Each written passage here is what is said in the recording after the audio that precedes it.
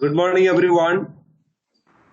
Esteemed guests for the webinar on Laudato Si and COVID today. We have the gracious presence of the Secretary General of CBCI, His Grace Archbishop Felix Machado. We have the wonderful presence of Swami Maharaj Puja Chidananda Saraswati Ji. We have the esteemed presence of Sadhvi Bhagavati Ji. Dearest Your Excellency Bishop Joshua Mar Ignatius, Vice President 1 of Catholic Bishops Conference of India. Dearest Your Excellency Bishop Alvin De Silva, other members on the panel, esteemed guests and participants for this conference from different parts of the world. My dear brothers, sisters, and my dear people, Laudato Si, mi Signore. Praise be to the Lord Jesus. The topic of today's conference is Laudato Si and COVID-19. This conference is a tribute to the historical document of our beloved Pope Francis, Laudato Si, a great treasure of the modern era, as a tribute to the environment and the creation of God, Mother Earth. Mother Earth is our common home. Our common home, Mother Earth, was in a very precarious situation. Thanks to COVID, we see beautiful changes happening in the nature. Friends, as you know, I am addressing from Delhi, the capital of our country. Delhi, which has usually unbreathable air, a smog-choked city throughout the year. Thanks to reduction in human activity in the COVID times, the sky is cleared. Stars are bright at night. Birds have come back. Trees are greener. More rains. What a beautiful feeling. All because of COVID pandemic. In these days of lockdown, my prayer and meditation was on the word of God, Psalm 51, wherein Lord is telling us, listen, listen, and listen. He is speaking to us. We need to just listen to him. When we listen to him, he comes to us with beautiful messages. Maybe one of the beautiful message that he is giving to us is through the beauty of the creation. Needless to say that all of us are experiencing the beauty of this nature and creation and environment in a very special way during these COVID pandemic times. And I think this is the most befitting time in this Laudato Si week as a tribute to the historical document of Pope Francis, Laudato Si, to come together, to reflect, learn lessons, and take inspirations for the future so that we contribute our might to make this planet Earth a beautiful one, a happy, something which can be enjoyed by everyone.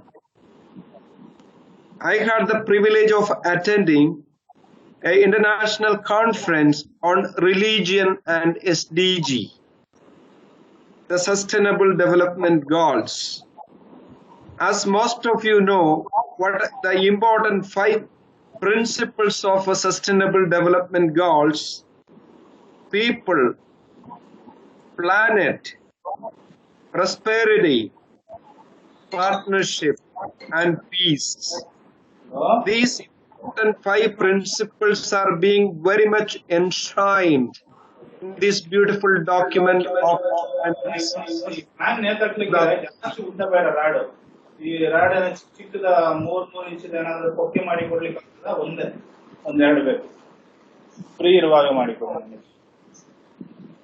my dear friends, if you can mute your mic, that would be a great help. Lot of disturbance in between. Sorry about that. As I have been telling, all these important principles of sustainability are being beautifully enshrined in this document of Laudato Si. So in this COVID times, Pope Francis is coming to us again, reminding with these beautiful lessons of life. My dear friends, let us try to understand, assimilate, and take home this message so that we can contribute in a significant way to the sustainability of the creation, this beautiful nature. Having said that, having informed the objective of this conference, let me get into my duty of welcoming each and every one of you. This conference, the opening message will be given by His Grace Archbishop Felix Machado, who is the Secretary General of Catholic Bishops' Conference. Your Grace, welcome to this conference.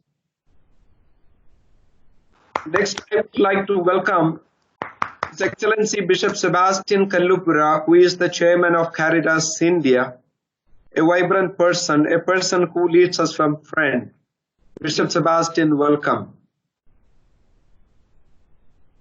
We have the esteemed presence of Pujya Swami Maharaj Chidananda Saraswati Ji, who is the president of Paramarth Niketan Ashram in Rishikesh, and also the founder chair of Global Interfaith Wash Alliance, a person who is knowledgeable, who is so religious, a great son of our country, and also a great friend of Pope Francis.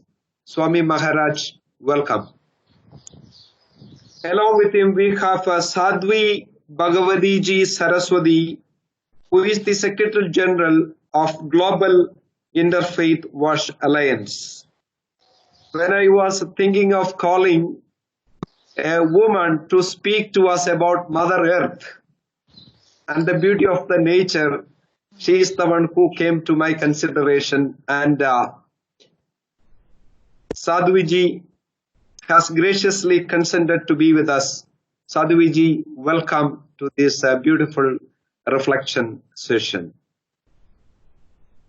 Along with that, along with Sadhviji, we have the gracious presence of Bishop Alvin de Silva, who is the President of Commission for Ecology with CCBI and FABC, also the Auxiliary Bishop of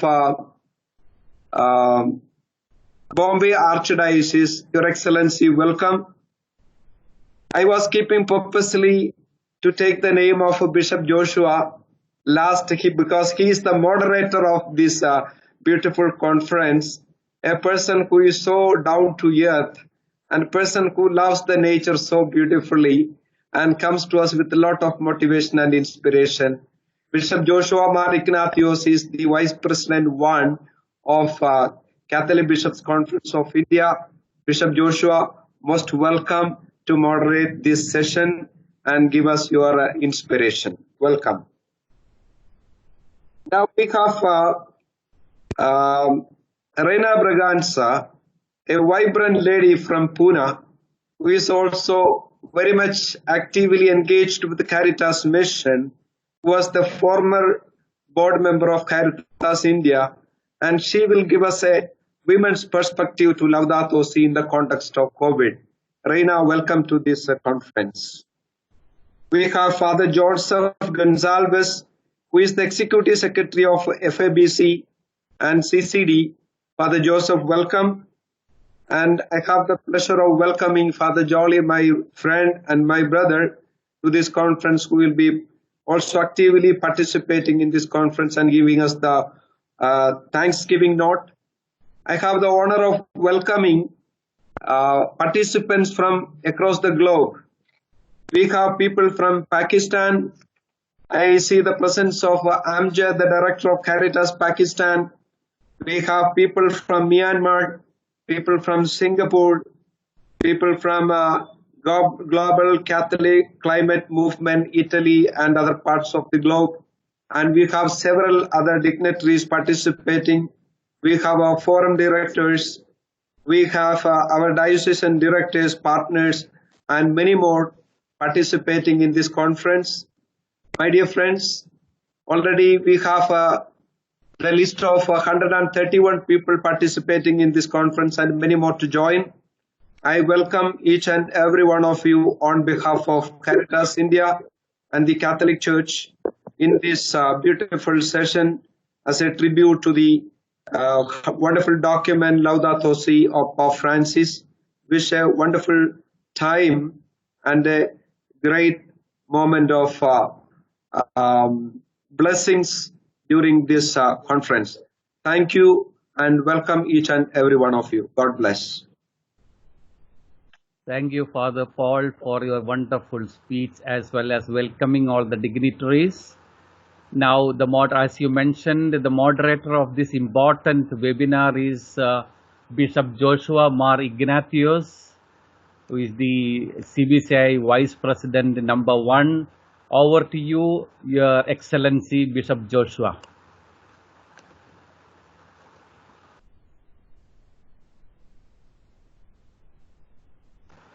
Bishop Joshua, can you unmute your mic? Yeah. Can you hear me? Yes, we can hear. Yeah. My dear friends, 2020 occasions the 5th anniversary of Laudato Si, which was signed on 24th May 2015. In the first week of March, Pope Francis announced Laudato Si Week, May 2020, that is from 16th to 24th May, to mark the 5th anniversary of the document publication. The theme of Laudato Si, which is everything is connected. During Laudato Si week, we come together as one people around the world to prayerfully discern the lessons of this moment. While the world experiences a history-defining crisis, we reflect and prepare to build a better world. Laudato Si offers a vision, perspectives for building a more just and sustainable world. Laudato Si is a prophetic text that energizes, builds bridges, and gives new hope to everyone. At this time of Covid-19 crisis, we can recognize the prophetic words of Laudato Si that invited us to acknowledge the fragility of our science, technology, and intelligence, and encouraged us to wonder at the beauty of creation and our interconnectedness. Covid-19 has brought to light our vulnerability and the fragility of our existence. This virus has brought our modern world to a grinding halt, followed by an economic recession, challenging our cultural and ecological attitudes of indifference to the suffering of Mother Earth. Around the world, the Church is at the forefront in dealing with the consequences of the coronavirus. Short-term laying projections regarding healthcare as well as economic and social necessities are needed.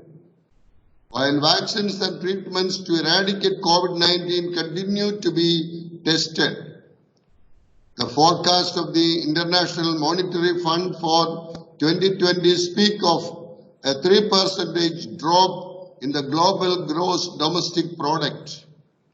The decline would be worse than the Great Depression of the 1930s. The message at the heart of Laudato Si speak of the need for fundamental changes to how humans are living as part of a shared common home. These messages would be taken on board as we face that new world. COVID-19 and the profound changes it has brought to the human community is an opportunity, an invitation to live differently.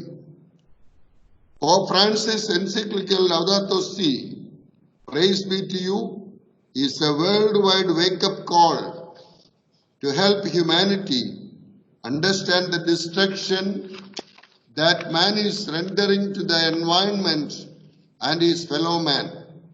While addressing the environment directly, the document's scope is broader in many ways as it looks at not only man's effect on the environment, but also the many philosophical, theological, and cultural causes that threaten the relationship of man to nature and man to each other in various circumstances.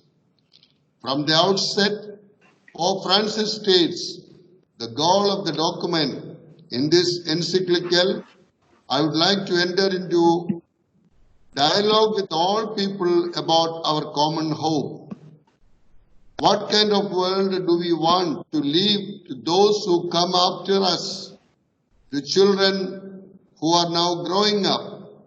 This question is at the heart of Laudato Si, the encyclical on the care of the common home by Pope Francis.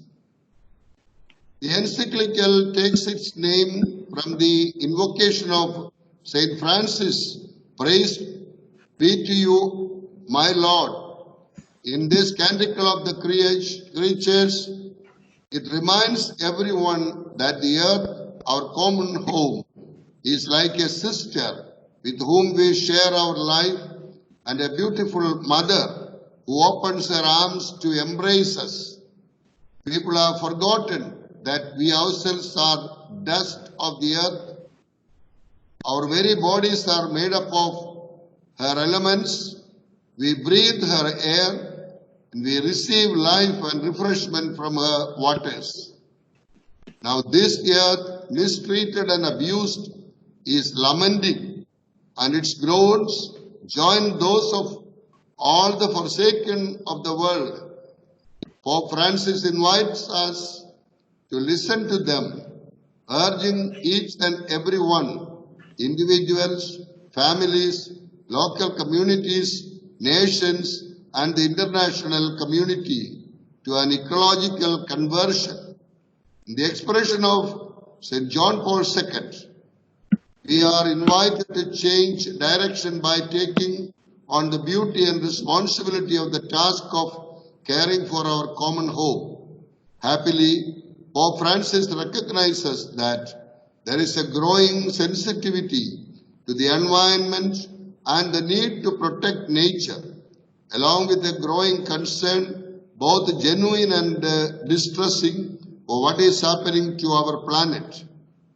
A ray of hope flows through this entire encyclical, which gives a clear message. Humanity still has the ability to work together in building our common home. Men and women are still capable of intervening positively. All is not lost. Human beings, while capable of the worst, are also capable of rising above themselves, choosing again what is good and making a new start.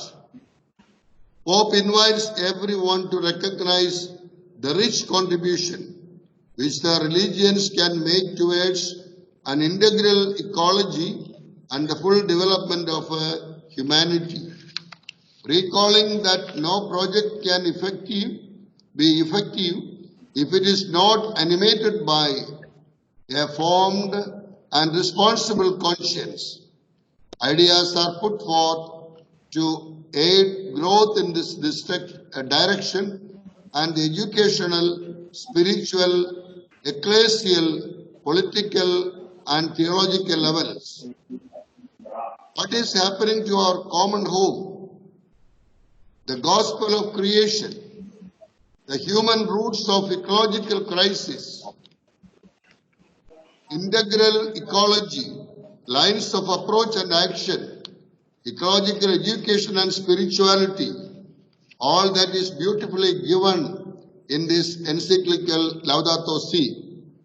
Laudato Si has been welcomed as a document of deep, abiding beauty, and it has prompted people around the world to reflect more deeply on Creator and creation.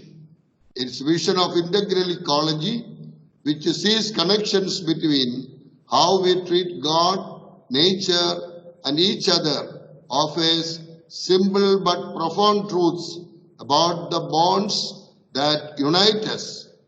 Pope Francis' encyclical on care for our common home, Laudato Si, is an inspiration during moments of difficulty. It encourages us to reflect on the values we share and create a more just and sustainable future. I appreciate very much the efforts taken by the Federation of the Asian Bishops' Conference as well as Caritas India to inculcate this inspiration to the society in which we live. I do appreciate very much all the participants, especially the panelists, and your presence. We appreciate very much on behalf of the Catholic Bishops' Conference of India. Once again, I welcome all of you. May God bless and have a fruitful discussion. Thank you very much, Your Excellency, Bishop Joshua. You have to moderate the session. Next is by our new chairman, Most Reverend Sebastian Calibra is the new chairman of Caritas India. He will set the context of this webinar. So may I request Bishop Sebastian Calibra to set the context of this webinar. Most Reverend Joshua Mar Ignatius, the moderator of this conference, and our esteemed panelists of this conference, and my dear friends, those who are viewing us from all over the world, a very good morning to all of you. Dear friends, at this point of human history, the whole world is faced with an unprecedented human devastation caused by the pandemic. As if that is not enough, the fury of the cyclone Amphan has caused massive destruction in the eastern coastal areas. The lockdown has drastically restricted our activities and movements. The heart-rending scene of the migrants walking to their native villages, even barefooted, in this scorching sun through the concrete highways they built with their own sweat, continue to haunt us. But the wild animals, the reptiles, the birds freely moving around the human habitations enjoying the freedom of the children of God has become a common phenomenon. Despite the suffocating situation caused by COVID-19, humans have started to breathe fresher air, enjoying cleaner rivers, watch the renewed beauty of nature. This current situation has set people to introspect more seriously and find that we ourselves are the reason behind the unwanted situation caused by the devastation of nature. Dear friends, prophetic messages on the dire need to save the Mother Earth have been conveyed to us through people like Al Gore with the documentary An Inconvenient Truth. And at this juncture, as we recall what Pope Francis conveyed to the world 5 years ago through this encyclical Laudato Si, meaning praise be to you, understanding, accepting, and imbibing the message in this capsule and integrating it into our lifestyle is a sure remedy for many maladies humanity is facing today. On the occasion of the 5th anniversary of the publication of the Ecological,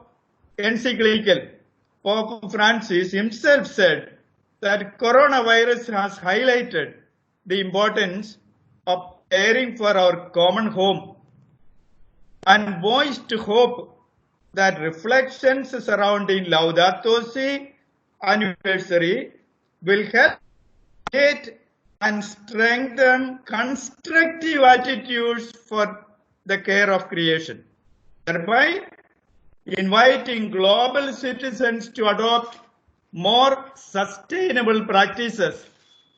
He then formally inaugurated Laudato Si Week, setting to run from May 16 to 24, and which is the beginning of an entire year of activities dedicated to implementing Laudato Si, beginning May 24, 2020 and ending on May 24, 2021.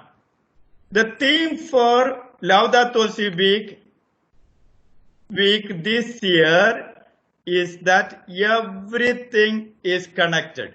Everything is connected, said Brenna Davis, Director for Education for Justice and Environmental Initiatives for the Ignatian Solidarity Network. During this pandemic, that idea has been made real for us as a global community. We can clearly see that our health is connected, access to food is connected to the health of the workers, and caring for the health of individuals, especially the most vulnerable, promotes the common good of everybody. I hope that the 5th anniversary of Laudato Si can be a time where we take this lesson and apply it to how we care for our common home and climate change. What affects even the smallest creature or a neighbor on the other side of the world affects us all. Please remember, the focus of the encyclical on the idea of integral ecology, connecting care of natural world with justice for the poorest and most vulnerable people can radically reshape our relationship with God, with our neighbors, and with the natural world to tackle the threats facing our planet today. Dear friends, at the heart of the Pope's reflections is the question which was raised by Bishop Ignatius. What kind of world do you want to leave to those who come after us? To the children who are now growing up. More than ever before, the world needs prophets who can inspire others to move in the right direction. Keeping this objective in mind, on the occasion of the 5th anniversary of the inspiring encyclical Laudato Si by a modern prophet, Pope Francis, Caritas India and FABC are organizing this symposium. Pope Francis has invited everyone to undertake shared commitment to help build and strengthen constructive attitudes aimed at caring for creation. Certainly, our sharing will facilitate to discover the treasures contained in the encyclical and pave the way for immediate steps to counteract the suicidal tendencies prompted by human selfishness. Personal study of Laudato Si and more symposiums like this can inspire modern prophets to emerge. Hence, in this week, let us focus on diving deep into the spirit of the encyclical and draw practical conclusions to be implemented from 24th of May 2020 onwards. We will have to plan new pedagogy in the traditional educational system, adapt a new module of lifestyle. Example, opting for more public transportation system, not owning one's own vehicles, reduce the concrete structures, increase greenery around, adapt welfare schemes for the laborers, the poor, and so on. In the end, well, for the promotion of the care of creation in its every aspect. The Pope says, the cry of the earth and that of the poor cannot anymore to continue. We need the antibodies of solidarity for this. For this, first of all, we need to break all the fatalism in which we may have immersed ourselves. These are his own words. Shall we emulate a life worthy of this call individually and collectively? Taking care of God's creation, preserving its purity, and purpose itself is worship and praise to the loving Creator. This is what Laudato Si says. Keeping this in mind, let us celebrate the Laudato Si week together, friends, praying, reflecting, planning for a better world order. Thank you very much. I welcome all of you to this panel discussion. Thank you. Thank you, Your Excellency, Bishop Sebastian, for setting the context of this webinar. You have connected Laudato Si with the protection of natural resources. Now is the opening message by Most Reverend Felix Machado, the Secretary General of CBCI. So over to you, Your Grace, for your opening remarks.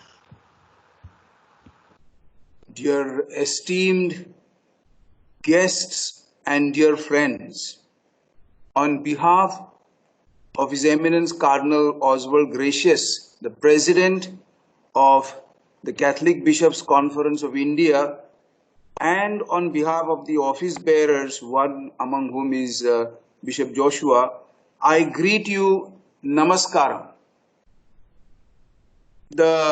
On the occasion of this 5th anniversary of Laudato Si, and to understand sustainable ways of living and addressing our commitment to take care of the Mother Earth. During this week, several programs have been organized by Caritas, and I commend very much the work of Caritas, the wonderful service that is rendered, especially to the most needy and the poor of our country. The theme, as it was often repeated, is Laudato Si and Covid-19 pandemic. Dear friends, the poor are abandoned and maltreated, but the earth is among the most abandoned and maltreated of our poor. The Catholic Church, other churches, and also other religions, as well have expressed deep concern, and all agree, following their respective traditions, that for human beings to contaminate the earth's waters, its land, its air, and its life, these are sins. For to commit a crime against the natural world, is a sin against ourselves and a sin against God. The majority of our people living on this planet Earth profess to be believers. This should spur religions to dialogue among themselves for the sake of protecting nature, defending the poor, and building networks of respect and fraternity. It's a call to understand, in the light of the situation of COVID-19, the urgency of taking care of our common home. My question is, are we going to return to the way things were? And if so, that would be the recession, and we should fear the most. One of the points emphasized in Laudato Si, this also was repeated by those who spoke before me, the point emphasized is the interconnectedness and the interdependence among all beings on this planet. Feeling of solidarity is a positive fruit of the present health crisis that we are going through. The humanity feels so united, so equal, so less in conflict at this moment of pain. The virus knows no borders. And so I ask, why continue to build walls? Why continue to do violence to our Mother Earth, our common home? I would like now that we all listen to the esteemed panelists, some of whom, like Pujya Swami Chidananda Saraswati, is a dear friend of mine, also together with Sadhvi Bhagwati Saraswati ji. We are on several other international common activities in favor of interreligious dialogue and in favor of ecology. Once again, I greet all of you in the name of the President of CBCI, and I wish all the panelists the best. Thank you. Thank you, Your Grace, for your great opening message. And you have reiterated the need of promoting resources, natural resources, and you have really connected the need of protecting, preserving, and conserving natural resources. Thank you very, very much, Your Grace. Thank you. Now is the message by Pujya Swami Chidananda Saraswati, who is the founder of India Heritage Research Foundation and a wonderful friend of Caritas India. Over to you, Maharaja Puja Saraswati Chidananda, Puja Swami Chidananda Saraswati. Over to you. Om Asato Ma Sadgamaya Tamaso Ma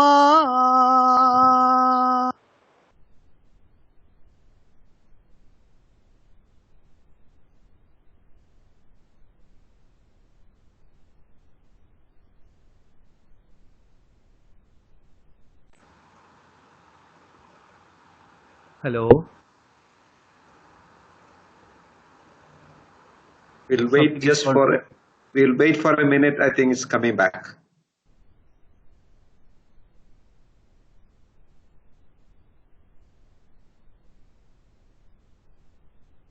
now is okay.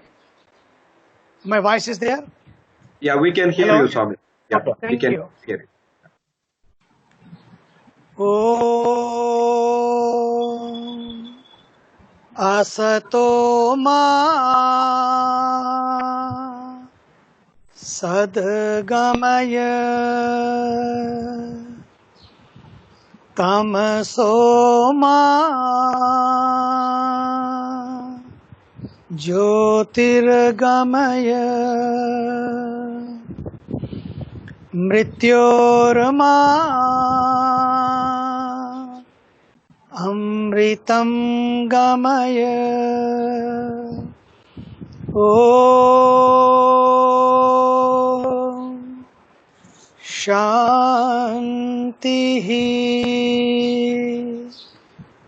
Shanti Shanti.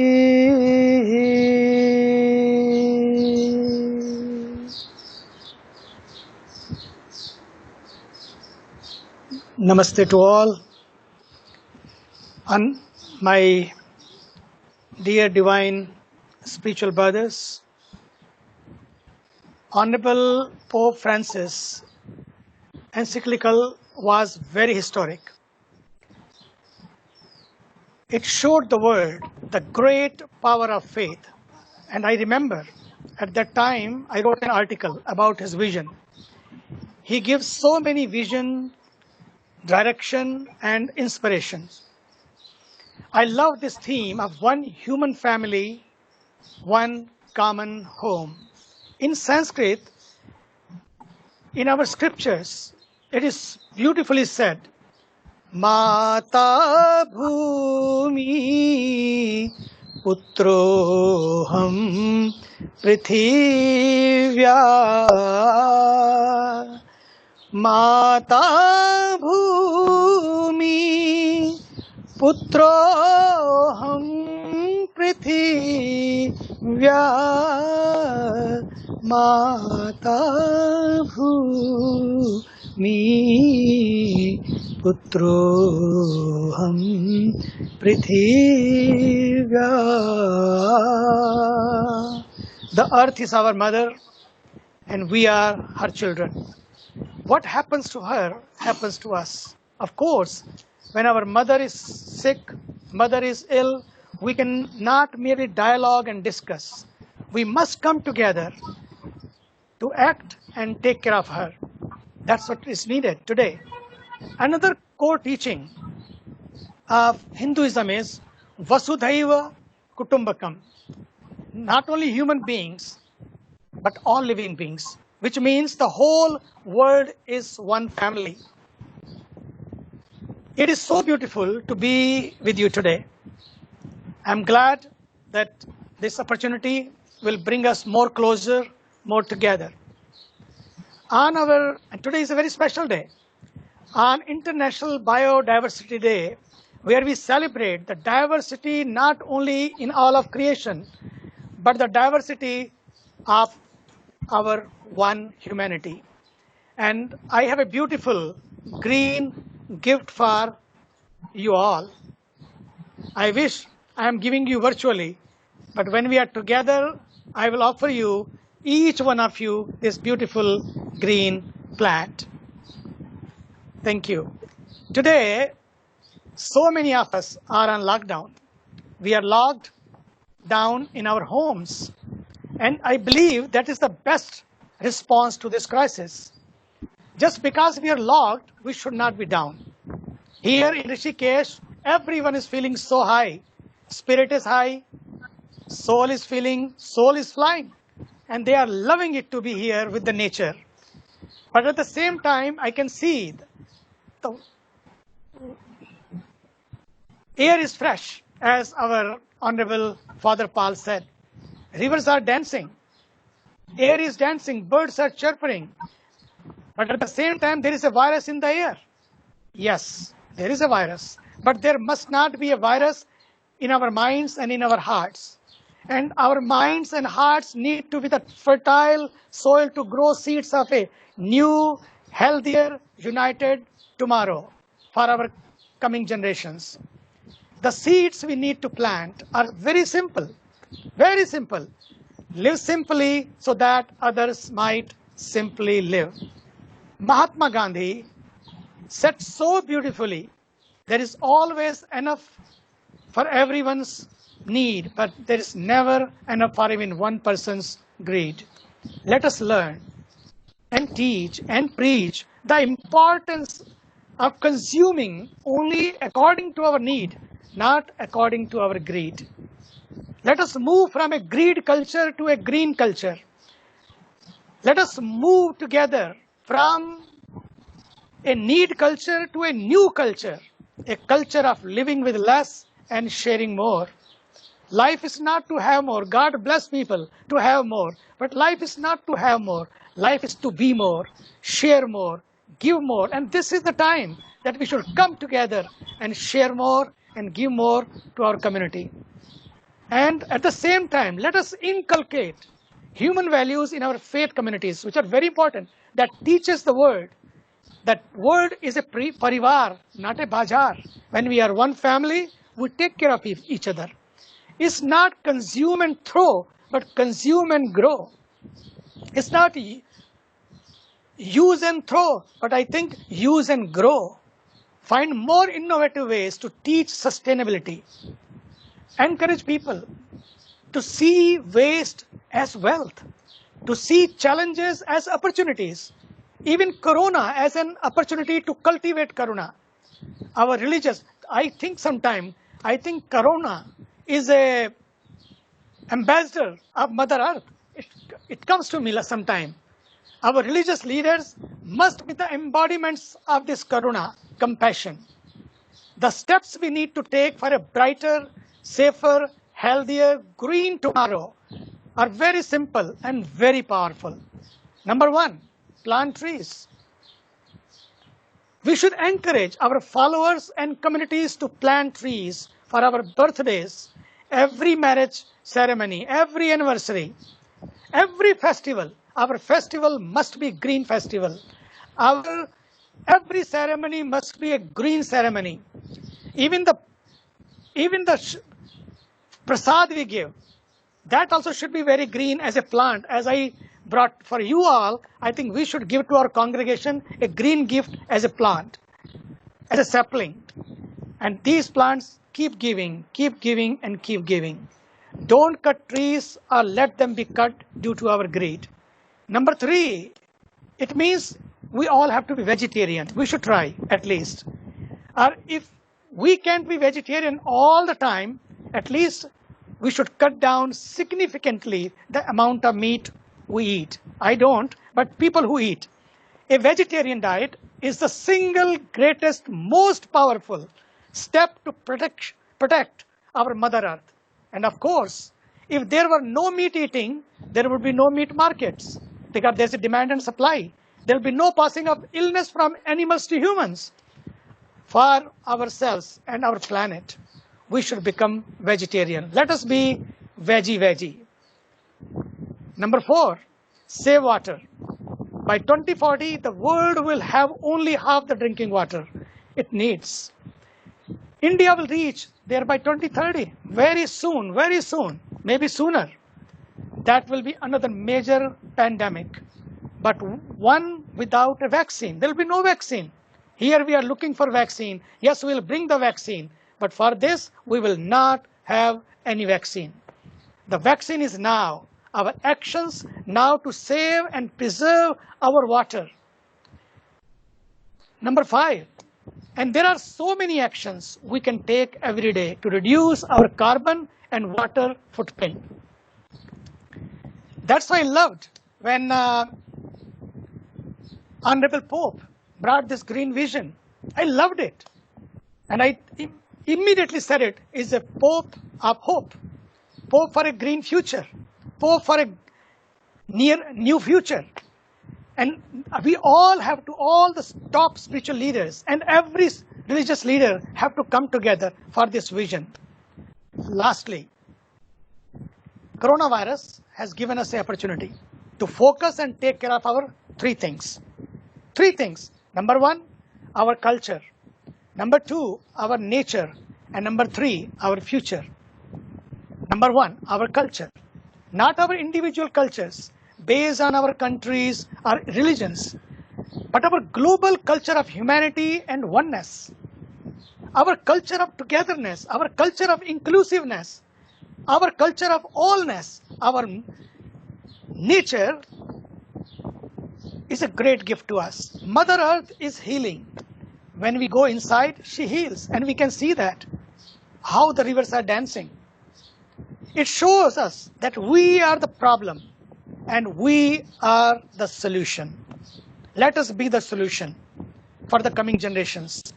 You are the power and empower the world because you are faith leaders. Feel the power and fill the power to your congregations, and let us do it together. Today it is a COVID. Tomorrow may be climate change. Day after tomorrow will be maybe global warming and something else. Even today, so many millions of people are dying each year due to air pollution and water pollution. When our air is polluted, our water is polluted, and our soil is polluted, how can we be healthy? How can Mother Earth also can be healthy? If she is sick, we will be sick. And our future, suddenly, everyone is very worried. What will be after post-corona? What will be our future? People are always worried about the future. Of course, we should be. What will happen to our loved ones? What will happen to our jobs? What will happen to our shops?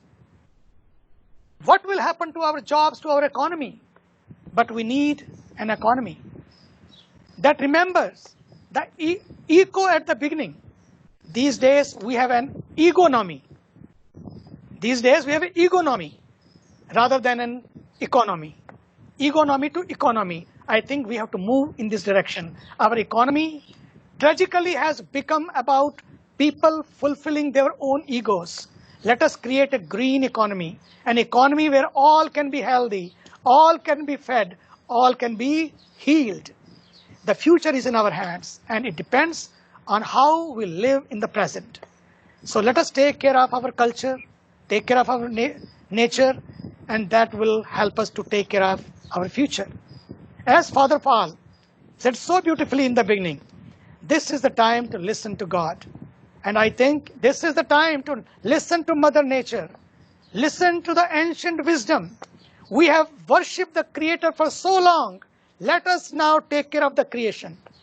Let us take care of the creation. As Father said again so beautifully in our Earth Summit, I remember the nature of our future depends on the future of our nature. To me, if nature thrives, the world thrives. If nature dies, the world dies. Because there can be a plan A or plan B, but there will not be a planet B. Only one planet we have, our divine planet, our DL planet, our own home. We must protect, preserve, and serve it together. If we do it, it can happen, and we must do it. Thank you. Thank you for this great webinar, great conference, and great opportunity to be together. Let us have a more opportunity to share and share and share. Thank you. Thank you, everyone. Thank you, Swamiji. Swamiji, for your encouraging and highly motivating words. Thank you very much for appreciating the encyclical of Pope Francis, Laudato Si, and it is focusing on one human family, one common home. As you rightly said, we need to protect our Mother Earth, and the time has come for us to do it very, very fast. Thank you very much for your green gift and your message of moving from greed culture to green culture, which is clean culture. Thank you very, very much, Swamiji, for your words, your beautiful message. Thank you very much. Yeah. Over to Bishop Alvin De Silva, who is the auxiliary bishop of Bombay, as well as the president of Commission of Ecology, CCBI, and he was the secretary for FABC for many years, and now he is the bishop. Thank you very much, Bishop, for joining. Over to you for your message. Thank you for inviting me. My dear friends, I don't think I have much to say because all the previous speakers have spoken and they have emphasized very important points. I would just like to add my reflections. As Father Paul said, that we don't have the scarcity of water now. I remember during the last few years, during the month of May or during the month of April, every year, we used to get warnings. Can you hear me? Hello? Yes, Bishop Alvin. Yes, Bishop, yeah. Yes, You can hear me? we can hear you. We can hear you. Okay. So during the past few years, every year during the month of April and during the month of May, we used to get warnings. There's scarcity of water, especially in Mumbai. The lakes are drying up, and we were all really frightened whether we would have enough water in the month of June. But this year, there's no warning. Nobody is telling us, please be careful how much water you're using to wash your hands. And I ask myself, why? We are all here in India. So who was using water? We were using water, or there was someone else who was using water? You also some speakers spoke about air pollution. They say that the CO2 emissions have fallen in India for the first time since 1982. So the air is no longer polluted. We are breathing fresh air. So who was polluting the earth? Who were the people responsible for polluting the earth? Of course, even some of us were responsible for polluting the earth. You know, I'm locked down in my own church compound. And as I walk, I find a number of sparrows. The first is to put some cages so that the sparrow would come during the month of May. But the whole garden is full of sparrows. The whole garden is full of martins. The whole garden is full of pigeons and crows and some new birds which I have not seen before. Pope Francis spoke that our biodiversity was being destroyed. But it has come back. And the question is, how has it come back? Who were responsible for driving away all these birds? I leave you to answer these questions. Who were responsible? And I think just now we heard that we should go for a green economy and a new lifestyle.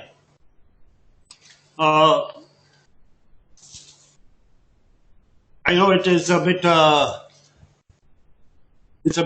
sort of funny, but 130 of us, 130 of us who are participating in this webinar. If there was no pandemic, we would have all flown to Delhi. Now, we would all come by planes. And today we are interacting with each other, and we are, I think, gaining the same insights. There's a steep drop in travel. They say that it will save up to 3 million barrels per day of global oil. So I think this pandemic has invited us to be completely different, to live a different lifestyle. They say in Brussels, when the lockdown is lifted, or when they lifted the lockdown, they started to prepare bike lanes, cycling network, because they were afraid of the transport for social distancing, and therefore more and more cycles were on the road. We are going to change our lifestyle too. We are going to live differently. And so I would like to end, though it is not connected with this topic, but we are all confronted with the migrants. They are the victims of, mainly the victims of this pandemic. I would like to share with you that please don't call them migrants. They are citizens of India. They are our own, especially those who belong to our country. And as Archbishop Felix also said, all the walls that divide us should be broken. And therefore, these citizens of India need our help. These citizens of India require our attention. So, my dear friends, let us, another thing which I would like, on which I would like to end is, suddenly we have realized that our health system was not very strong. That the citizens of India, some were favored and some were not favored. And therefore, they have to go to another state. My dear friends, during this pandemic, as the other speakers have spoken, let us rethink our lifestyle. Let us rethink or think who were responsible for this decay. And let us try to live a green lifestyle, as Pope Francis has invited us. Let us strive to have a green economy, and let us strive to have a green spirituality. Thank you very much. Thank you very much, Bishop Alvin, for your strong message. You posed some question like who are polluting the air, who are polluting water, and you were reiterating the need of promoting green economy and green lifestyle. Thank you very much, Bishop Alvin, for joining this webinar and giving a very good talk message. Next is the turn for Sadhvi Bhagavati Saraswati ji for your message. Over to you, Saraswati ji.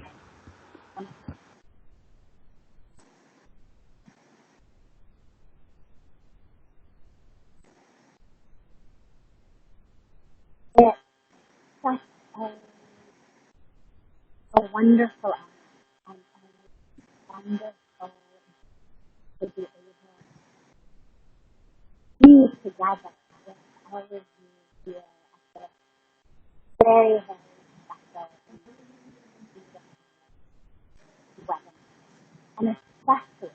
in honor of His holiness, His excellency, Pope Francis. It really gave a vision. It was not a calling just to the world Christian. The communication is not very clear. You can't hear me. Okay, just one moment. Okay. Nandini, Sadhviji, audio is not very clear, some problem. Yeah. I can't Now hear.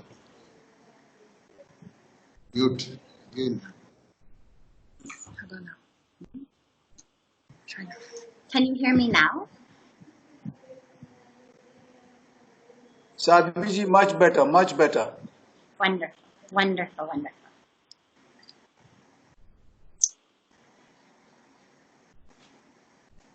It's such a beautiful, beautiful honor and beautiful joy to be here together with you all. And as I was saying, to be here in honor of the anniversary of the visionary encyclical that our most respected, beloved, His Excellency, His Holiness, His Grace, Pope Francis gave us. It was a vision, not just for the world Christian community, but actually for the entire global community. Because the teachings in it, the emphasis in it, it's not just for those who are Christian, it's actually for everyone. And as Puja Swamiji was sharing, here we are very great fans of his, love him very much. And he really is a leader, a world leader, not just for those of the Christian community, but for all of the world community, because his teachings are applicable to people of every race and every religion. And this theme that we've kept of one family, one human family, and one common earth, this is really the truth of today. It's not just a theme for this event. It's the inescapable truth of today. And it's now, it's been the truth forever, but now we are coming more and more into the place of having to see it, recognize it, live it, express it, and change how we live and how we think because of it. And that which our religious traditions have shared with us, now science is showing us the same thing. As Puja Swamiji mentioned, our tradition says, Vasudev Kutumbaka, the world is a family. And one of my favorite teachings of the Christian tradition is the teaching of love thy neighbor as thyself. And the reason that I love that teaching so much is that nowhere does it say specifically, as far as what I've learned, nowhere does it say specifically which neighbor. So it doesn't say your next door neighbor. It doesn't say those on your block. It doesn't say those in a 20-meter radius. And it makes us realize that since he didn't specify, that it actually means the world is your neighbor. Recognize that all are your neighbor, and therefore love all as yourself.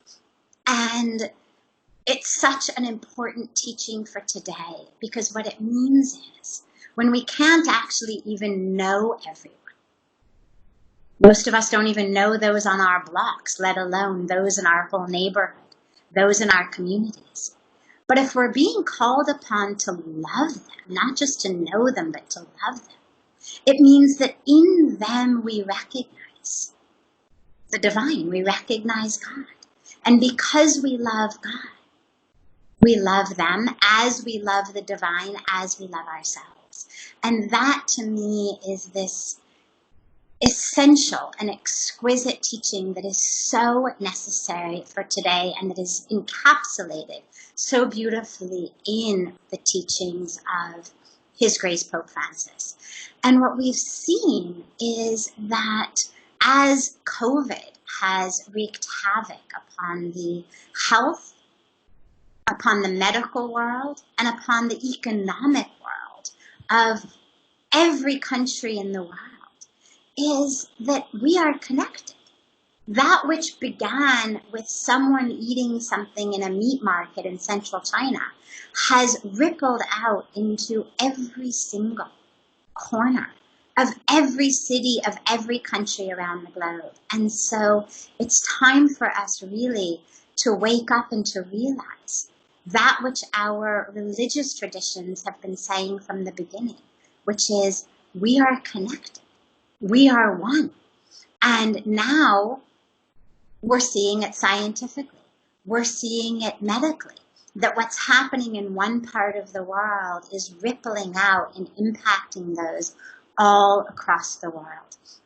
And as we learn to treat COVID, as we learn to protect ourselves and our communities from it, we're actually learning how to live in what we've been calling the new normal. Because it's not about that illusion of separation that has gotten us into this situation to begin with, but it's actually into the truth of the awareness that what every one of us does is impacting people all over the world, and that we are one. The same 5 elements that make up our soil, our creation, are the same 5 elements that make up our body. The same water that flows in the rivers in front of us is the same water that makes up our bodies. And so as we speak about protecting ourselves, keeping ourselves healthy and safe, we realize that that self includes the earth, the trees, the water, the elements, all of the divine creation, because that is one with the self. And as we speak about Mother Earth and our one common earth, to me it has seemed during the COVID epidemic that Mother Earth, very much like any mother who has been trying and trying to teach her children to behave, to teach her children to take proper care of themselves and their surroundings, but who finally became so exasperated by her children misbehaving and not listening, harming themselves, harming their siblings, harming their neighbors, that she literally and metaphorically sent us to our rooms until we learn our lesson. And what it means is right now is the time for us all to learn that lesson. Because today it's COVID. And as has been said so beautifully, tomorrow it'll be something else. Whether it's another virus, whether it's some super bug bacteria, whether it's climate change, whether it's lack of water, whether it's lack of food, whatever it may be. All of these threats are lining up to literally wreak havoc upon ourselves and on our planet if we don't change how we live. There's a beautiful teaching in the Upanishads that says, Isha vasyamidam sarvam, yat kincha jagatyam jagat, tena tyaktena bhunjita, ma gradaha kasya svidhanam. And what it means is, everything in the universe is pervaded by the divine. There is nothing, no one, that is not pervaded by the divine. Therefore, be very careful in what you use, in how you use it, because it doesn't belong to you. Everyone and everything is God and is God's. And so use only that which you absolutely need. Use it with love. Use it with care. Use it with sharing, because it isn't yours. It actually is God's, and it is of God and belongs to the universe. We have thought for so long that Mother Earth belongs to us, that somehow she's a commodity to be used and abused and discarded. And if we hadn't learned it before, what COVID has made abundantly clear is we're not the ones in charge here. Even the most powerful nations of the world have been paralyzed by a microscopic virus.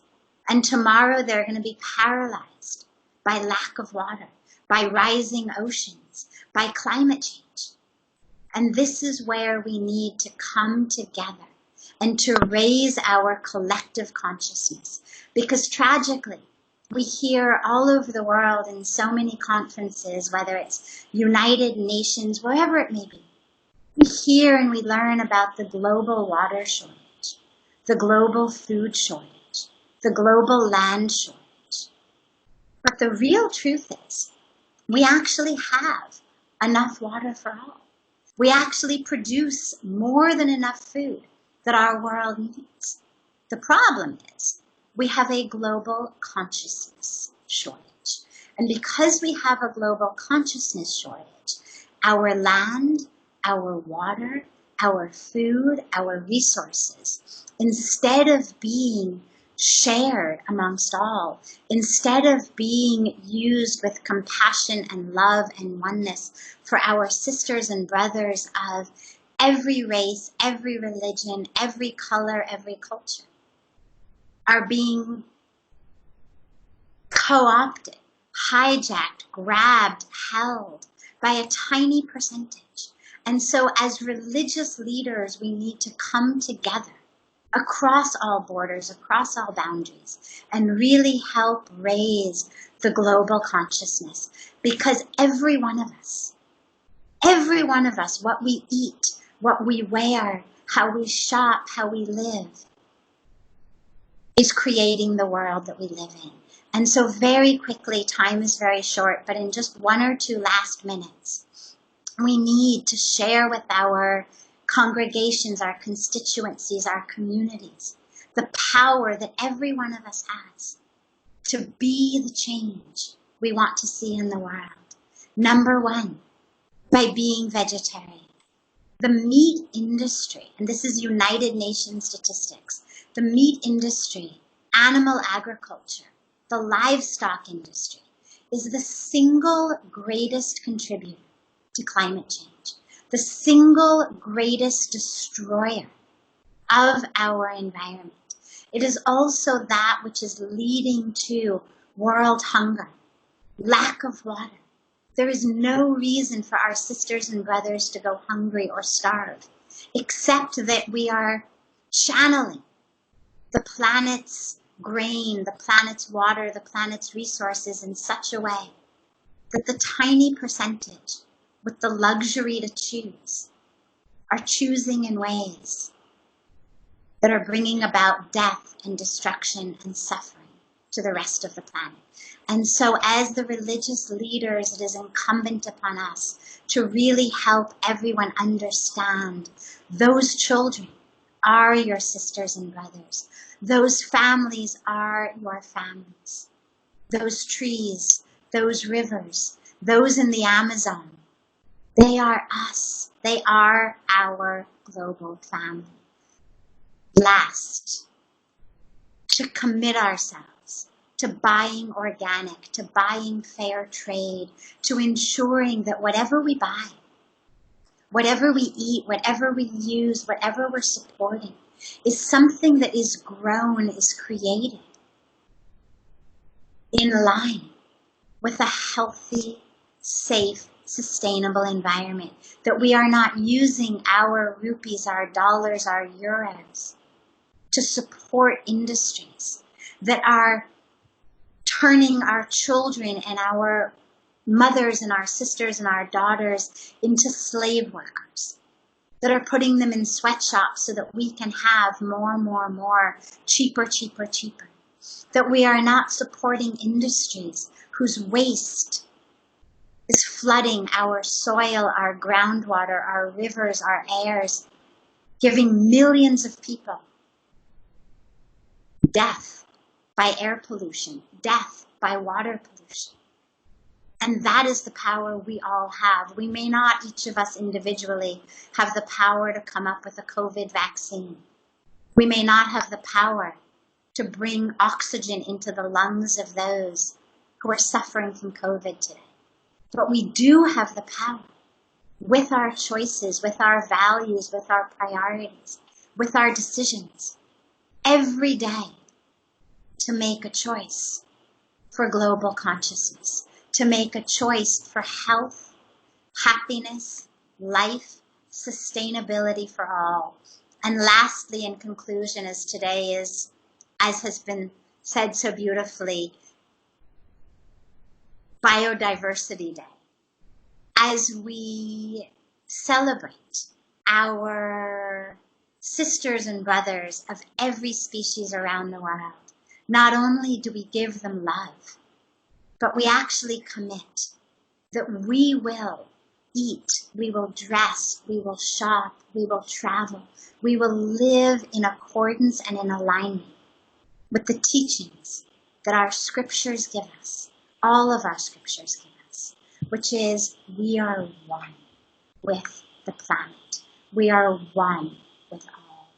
And thank you so much to our Honorable Archbishop Machado, to Father Paul, to the entire family of Caritas International, and to all of my respected and honorable brothers and sisters who have brought us all together today.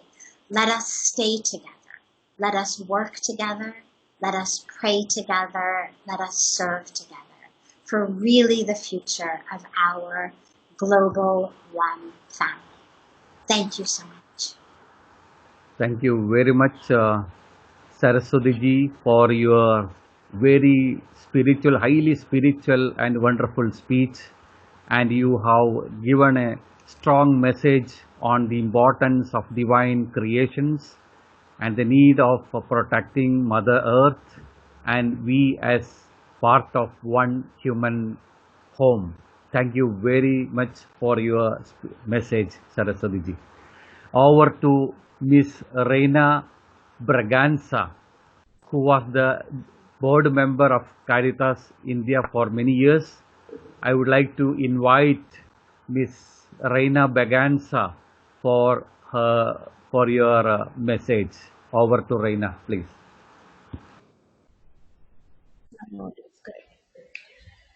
Respected members of the panel, in particular Sadhvi Bhagwati ji, the other minority on the panel, the only other woman, and my dear friends. Pope Francis, quoting St. Francis of Assisi in Laudato Si, reminds us that our common home is like a sister with whom we share our life, and a beautiful mother who opens her arms to embrace us. He tells us that this sister now cries out to us because of the harm we have inflicted on her by our irresponsible use and abuse of the goods with which God had endowed her. The violence present in our hearts, wounded by sin, is also reflected in the symptoms of sickness evident in the soil, in the water, in the air, and in all forms of life. The plight of the feminine imagery that is used for nature mirrors the situation of abuse, neglect, and abandonment that the marginalized, and in particular, women and girls face in our society. Pope Francis, in his Urbi et Orbi message and blessing for the pandemic, remarked that the COVID crisis forces us to recognize our interdependence. Indeed, caring for each other, he says, is the only true way to move beyond these interconnected crises. Now, this attitude of caring and concern for the other we normally associate with women, and it is often commented on in cliched tongues as something that is banal and not really of significance in comparison to the attributes of enterprise, leadership, planning, and organizational acumen we ascribe to men. But I'm not going to dwell on the details of either COVID-19 or Laudato Si or men and women. I will instead focus on the social and economic crisis of COVID-19 through the lens of gender. Last Sunday's Indian Express newspaper highlighted how COVID-19 was amplifying gender inequality in India. While much of COVID-19's epidemiology remains a mystery, we know that it claims more lives of men than women. In some countries, double the number of men.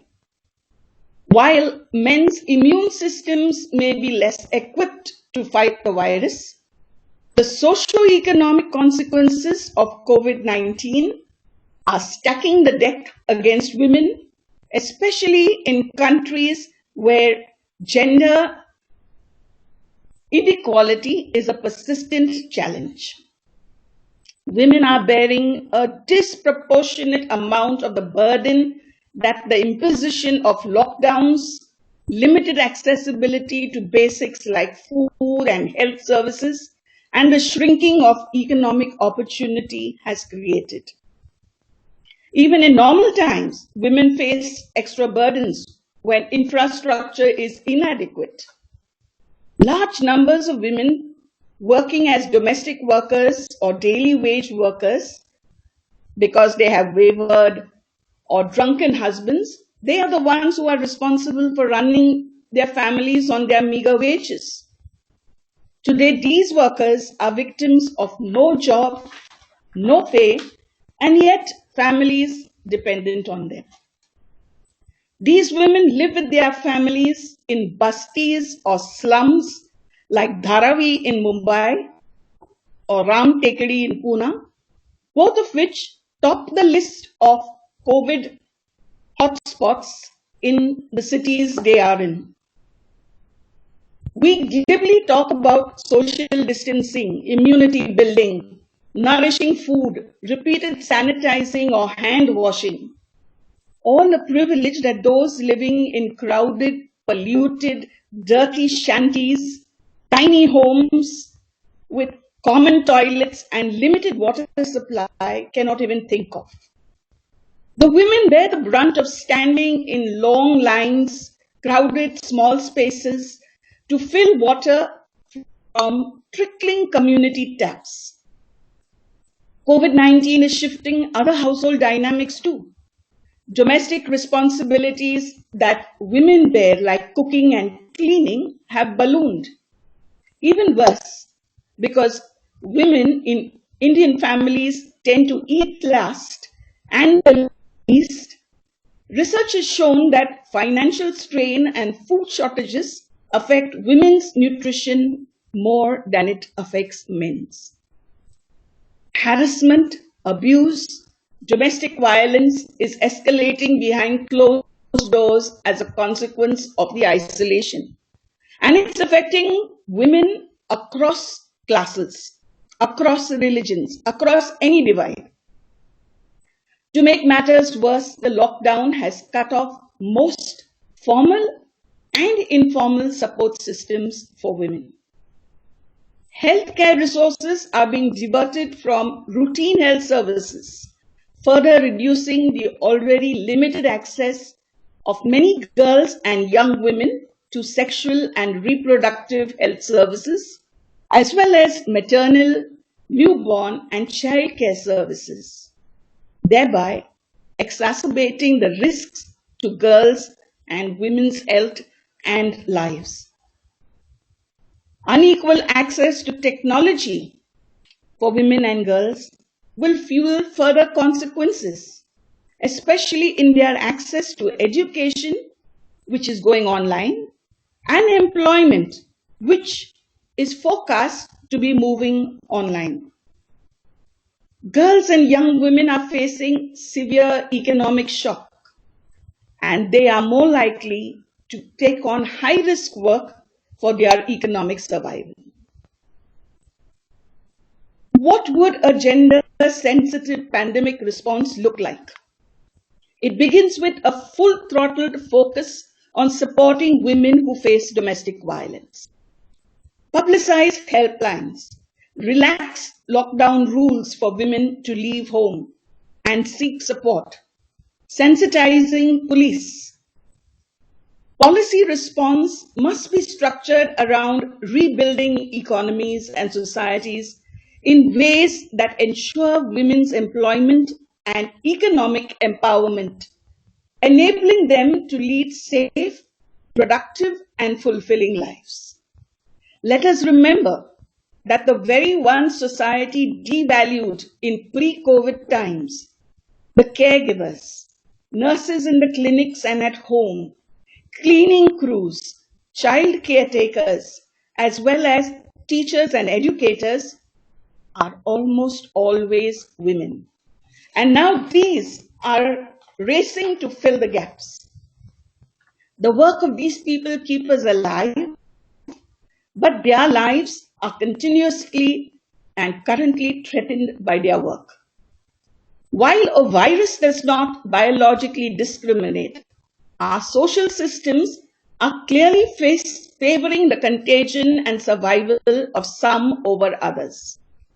The risk of harm from the coronavirus is greatest to those most vulnerable, those with lower income, less benefits, and fewer rights, the most vulnerable of whom are women and girls.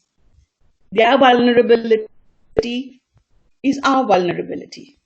We are all interdependent and connected. Pope Francis has called us to a transformation of our outlook and ways. Countries led by women have shown a quicker, much better response in controlling the COVID crisis in their countries. Even the state of Kerala, with a woman home minister, has had a significantly better impact on the COVID crisis. These women must be doing something right. The old way of doing things has brought us to today. The truth is staring in our faces. Our model is unjust and just plain wrong.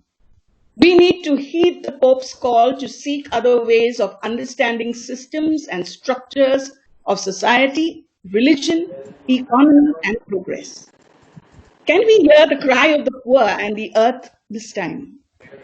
Can we recognize the neglect and abuse of people and the planet by which we were brought to this breaking point? Can we take the time to reflect together, including the voices and perspectives of those normally excluded and silenced, those on the margins of gender, economics, sexuality, politics, faith traditions, instead of just male voices in our forums and discussions and in our planning and responding? Can we make choices that are healing, sustainable, and just? For if we don't, we will be in an as it was in the beginning, is now, and ever shall be situation. In the words of Laudato Si, everything is interconnected, and genuine care for our own lives and our relationships with nature are inseparable from fraternity, justice, and faithfulness to others. Thank you. Thank you, Ms. Reina Baganza, for your sharing on the women's perspective on socio-economic crisis of COVID-19 in India. Thank you very much for accepting our invitation to be part of this and giving a message.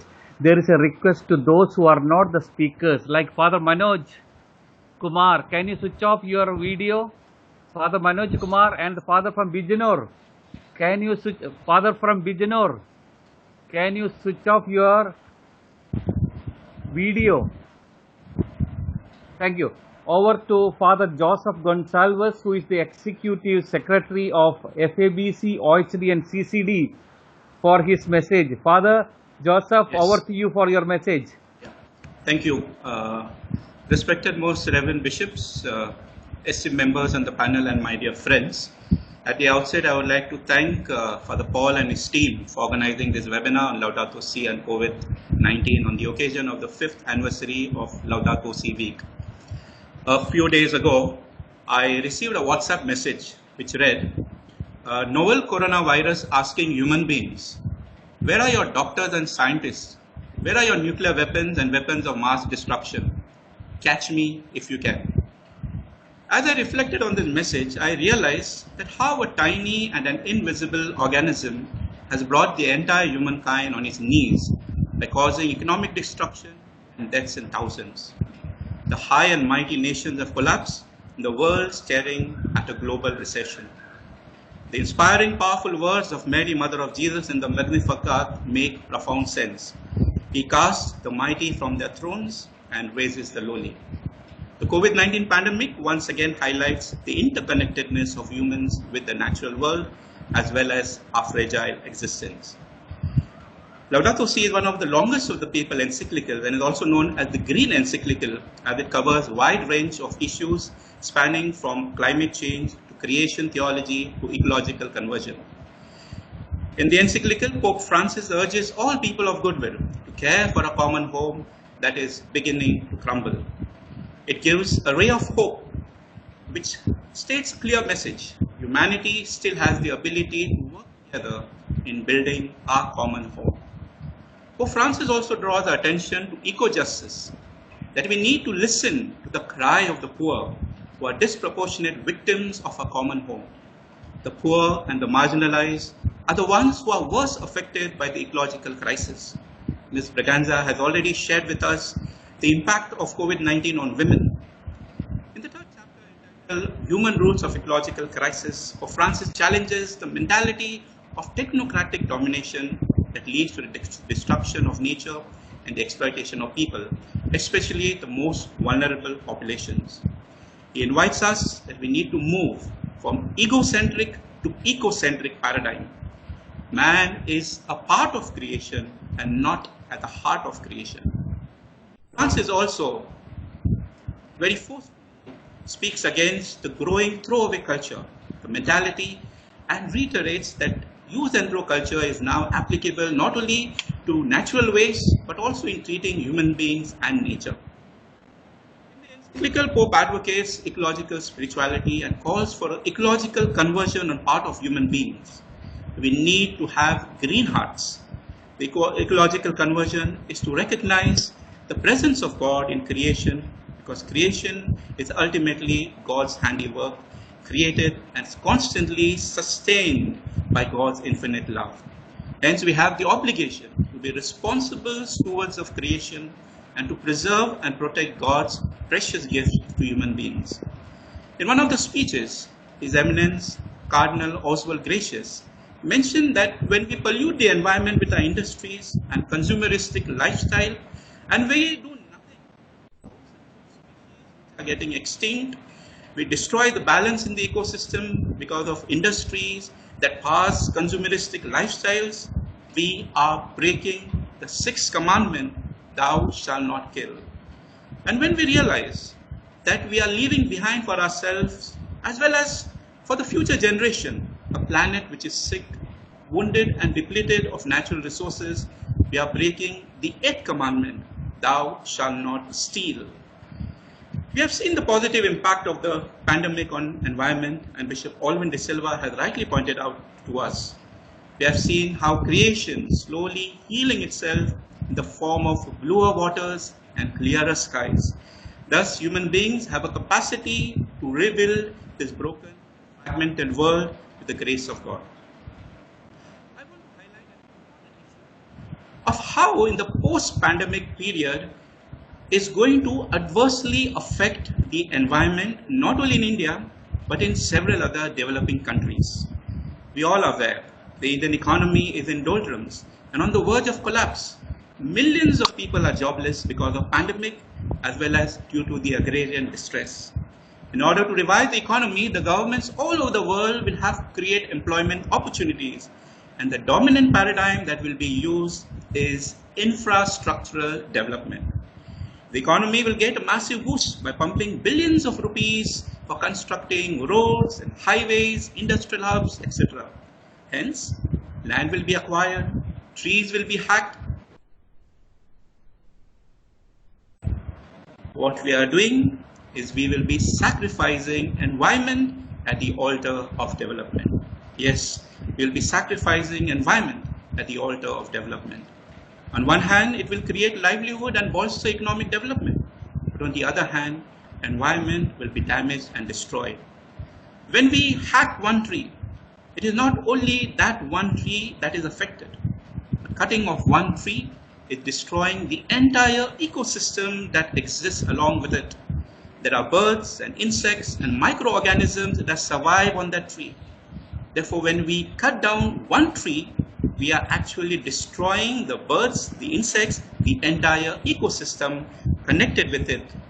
Laudato speaks of this interconnectedness and integral ecology. How can we try to overcome this?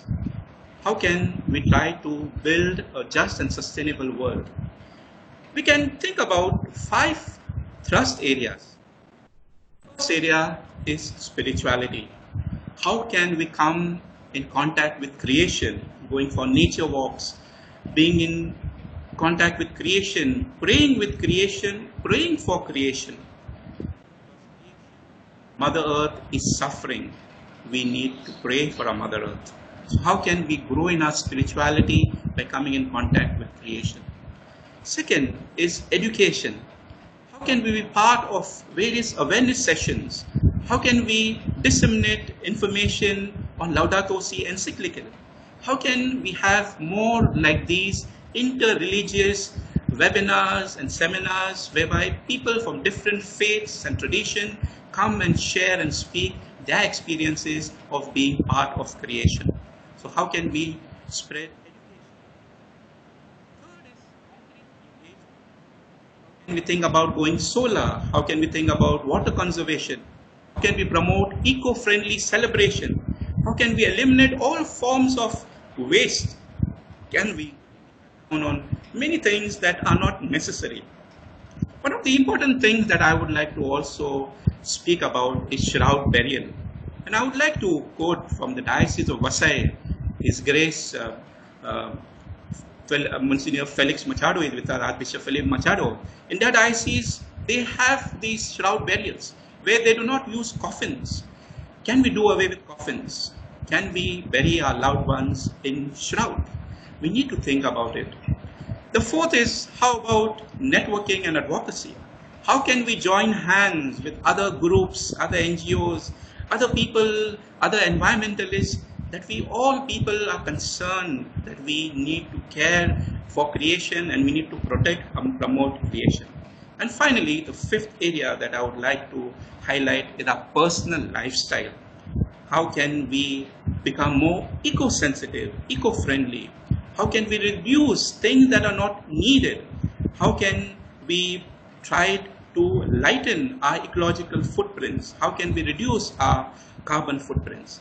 I think these are 5 little ways in which we can truly bring about change in our mindset. My dear friends, it's urgent and necessary that each one of us become warriors, eco-warriors, earth warriors, fighting to save and protect God's beautiful creation. We are called to reflect and move towards ecological conversion. How can our hearts become green hearts? The FABC OSD ECISIDE has published a booklet, Laudato Si Week booklet, to celebrate the Laudato Si Week.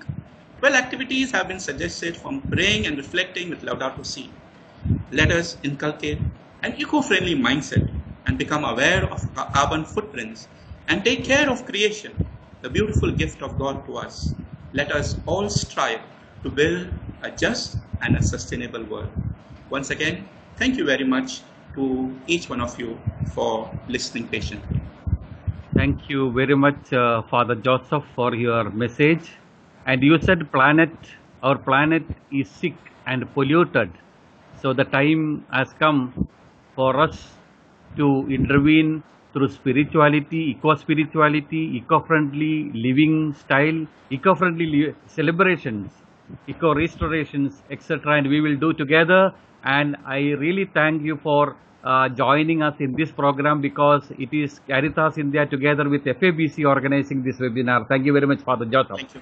Now it is the concluding remarks by Your Excellency Bishop Joshua Mar Ignatius, who is also the moderator. Over to you, Bishop Joshua. Kharida, sorry, may I just intervene? I would like to see some questions or some interventions from the people who are participating. Those who are interested to make some intervention, some question, try to be brief as possible, not exceeding 60, maybe 30 seconds. If you want to, on the panel, you will see a icon to raise your hand. So accordingly, Bishop Joshua, who is moderating the session, will call out the names and you can come forward. We will take another 15 minutes for this, including the concluding message from Bishop Joshua. Now over to the participants.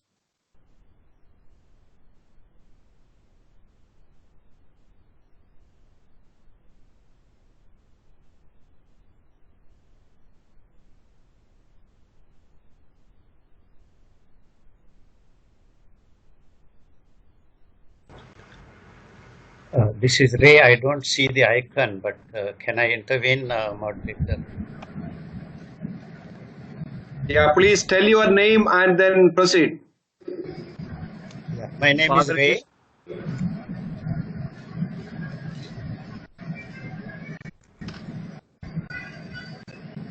Ray, please proceed. Okay. Thank you very much, and thank you to all the illuminating presenters, the archbishops, bishops, friends from the environment, and also I especially would like to thank the presentations of our Pujya Swamiji Chidanand Saraswati ji. Sir, I have been in your ashram some years ago, and you gave me a privilege to be part of the evening Arati Puja where we prayed together. And thank you for all this. While I am appreciating all the inputs, I just wanted to share three small points. One, while globally we are celebrating the healing of the nature, when we localize it, somehow things still remain the same. While virus globally has contributed to restoration of nature in some form, but locally we are seeing further problems, some of them getting exacerbated. One, the hunger. I see hunger growing more and more if you bring down the picture to a localized level. And if you disaggregate the data of especially children and women, it looks sometimes more scary how more deaths are happening but unrecorded. Then a while ago, one speaker spoke of domestic abuse and violence. So my recommendation or request would be, how can we localize this picture? Then we also see globally digital media taking over, social media using it to its potential. But the digital poor are getting further away from this, and their marginalization is getting further exacerbated. So how can we deal with this?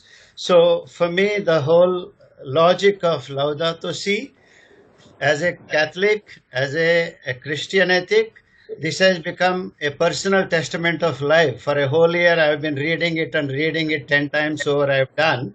And I'm also writing my own personal ways of doing it.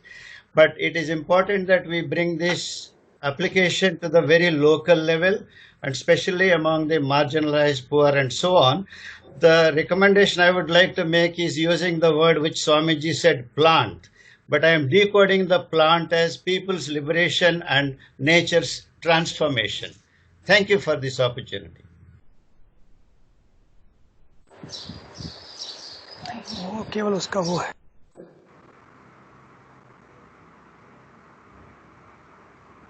Hello. Next one, please, if anybody would like to. I don't see. This is Father Manoj. Yes, Father Manoj, please go ahead. Uh, First of all, I congratulate very good point which was made by Pujya Swami Chintanand Saraswati ji when he spoke about the every celebration we should plant a tree, and what I think is this should be our plan.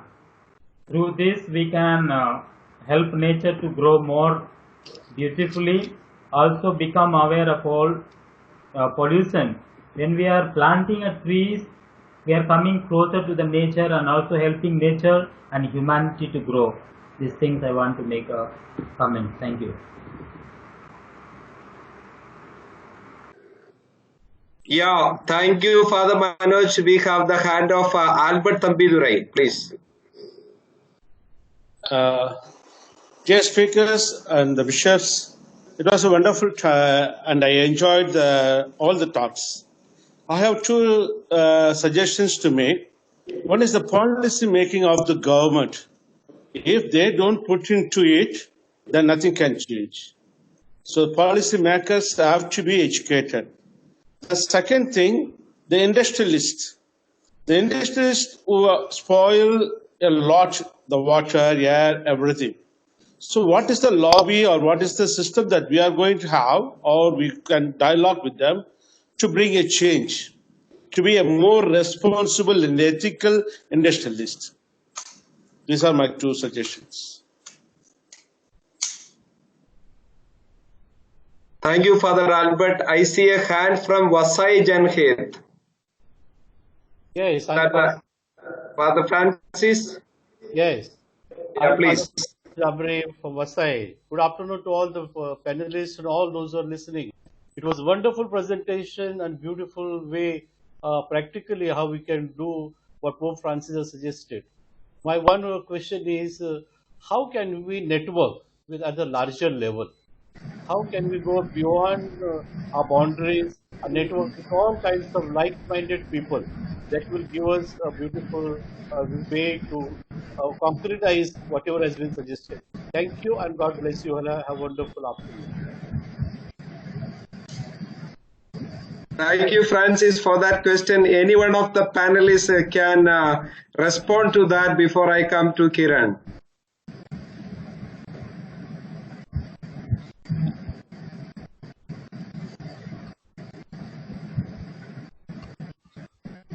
Maybe Father Francis will come back to that later. Somebody will respond to you. Now we have Kiran. Father Kiran, Paul, please. can I respond? Yeah, please, Reina, please. Yeah, please, please.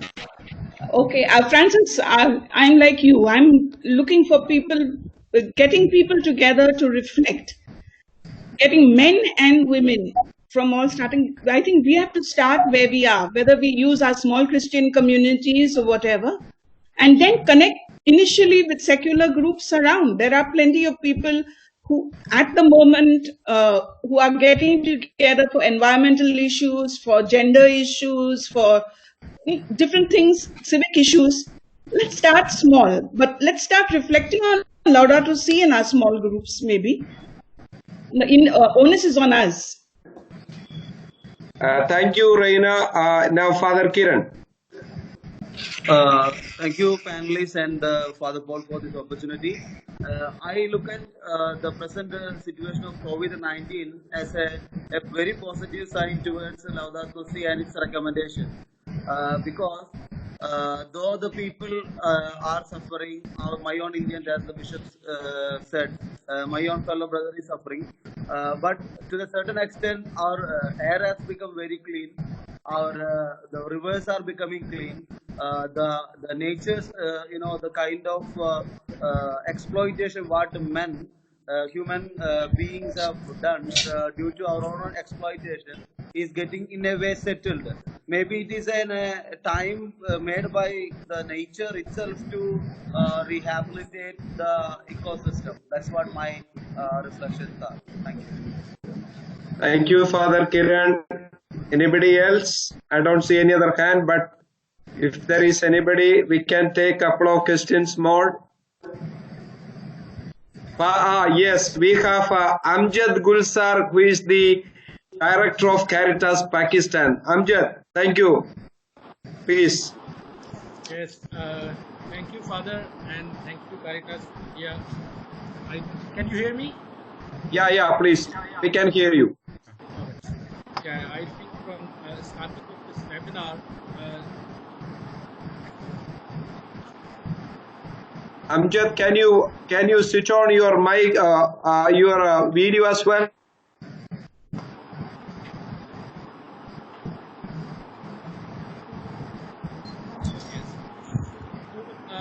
I think this Laudato Si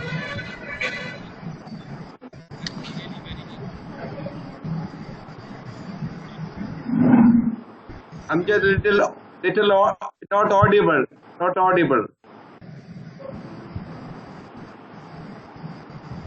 No, can you hear me now? Hello, can you be audible, please?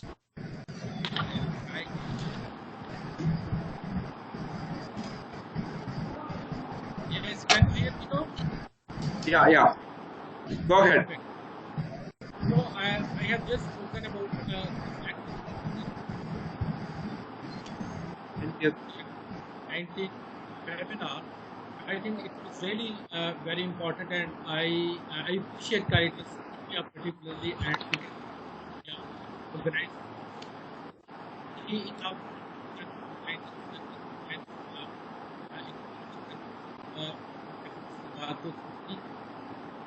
Here, I just would like to share an example that Caritas Pakistan last 4 years released 1 million tree plantation campaign, and that was a very successful model in this sense that we got appreciation from government department, our church, and the important factor was engage many stakeholders, church, NGOs, government department, and many others. So here I put suggestion that we Caritas Pakistan, Caritas India, we can raise this campaign at sub level so that we can take this particular component to the bigger level and more suggestions. Thank you, Amjad. Now we have Father Andaya.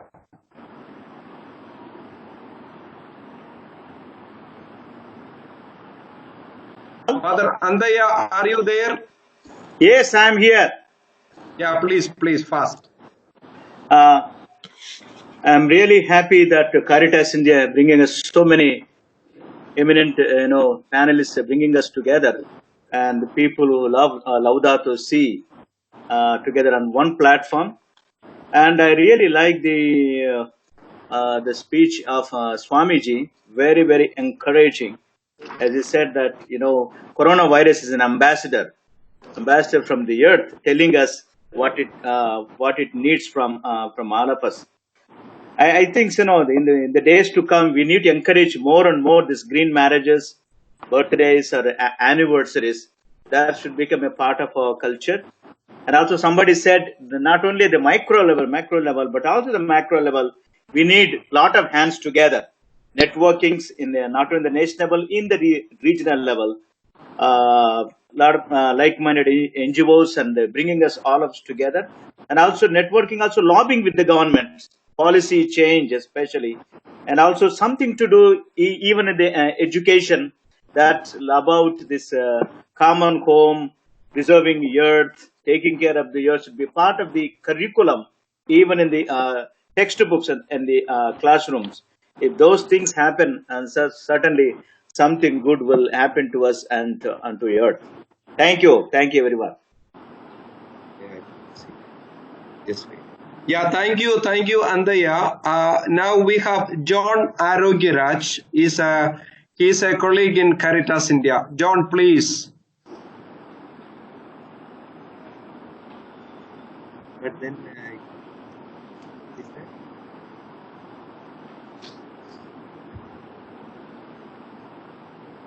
John, are you there?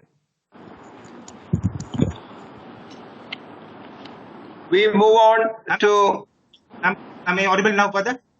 Yeah, please go ahead. Go Yeah. ahead. Yeah, you are audible. Yeah. Yeah. Good afternoon, respected dignitaries. Big thanks to the wonderful speakers. It was really inspiring. I just have a suggestion, which is also a clarification, and it is in line with what Father Antaya said. We know children are the future of any nation. How we can strategize collectively to take the message of Laudato Si across the student community. Thank you. Thank you, John. We have Father Peter Ashirwad. Just a small request from others. If you are not speaking, please put your microphones in mute mode. There is a lot of disturbance. We will give a chance to everyone who wants to speak. Now we move on to Father Peter Ashirwad, please.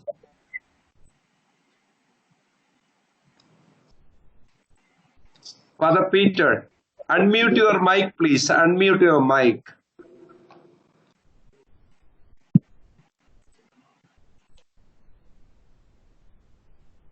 Father Peter, please unmute your microphone and speak. Father Peter, please unmute your microphone. You are not Father Paul, audible. Father Paul, can I leave? Maybe we will hold on. Puja Swamiji, we were really enriched and enthused by your wisdom. It was absolutely brilliant, and everybody enjoyed your message. I don't know whether you would like to make any just concluding remark, if you would like to. Just time for action. That's it. Green actions. Let us be together and let us have green actions. Okay. Thank you, sir. Wonderful. Thank you. Thank you, Thank everybody. you Thank so you. much. Thank you. Yeah, thank you so much. Father Benny. Father, good afternoon, everybody. I would like to congratulate the team of Caritas and the leadership of Father Paul. And just to be one share, we also would like to appreciate the speech of Swamiji. It was very interesting and wisdom. And I want just to make a request to the Father Paul, because now the new culture, as Swamiji told, new culture is coming. A lot of people are coming back to India and different states. At time we can make Caritas India can make any platform for the laborers, or whether they can share their whether people can gather together in the net for the website, and they can select the laborers like that one platform Caritas India can create a very big good. Once again, I congratulate our Paul and team. Thank you, Father Benny. Anybody else would like to, or else we will move on to Father Varghese Velikagam. He is from Assam. Father Varghese. Can you hear me? Yeah, we can hear you. Yeah. So I thank all the panelists for the wonderful presentation. Can you hear? Okay. Yeah. Yes. Please go ahead. Yeah, thank you also, Dr. Haridas and Father Paul and Caritas team for inviting me to join this webinar. One suggestion I have is that we should promote the Earth Day network. Already Caritas India is part of it, and also I had been inviting all the forum directors to join this endeavor. So I think we can take forward this action for the environment in a bigger way. So that is my suggestion. Thank you, Father Varghese. I do not know whether anybody else. Father Peter is still speaking with his mic muted. We are helpless there. If anybody else is there, we can take your questions. Yeah, who is that? Somebody raise the hand. Please, can you tell your name? I think it is Father Kiran from Andhra Pradesh. Yeah. Appreciate the great speakers, and I just want to bring to the notice that before this COVID-19, there is a global criticism on the encyclical Laudato Si, that it is anti-modernism, it is against the government. But COVID-19 actually has really brought or enlightened all of us the importance of Laudato Si.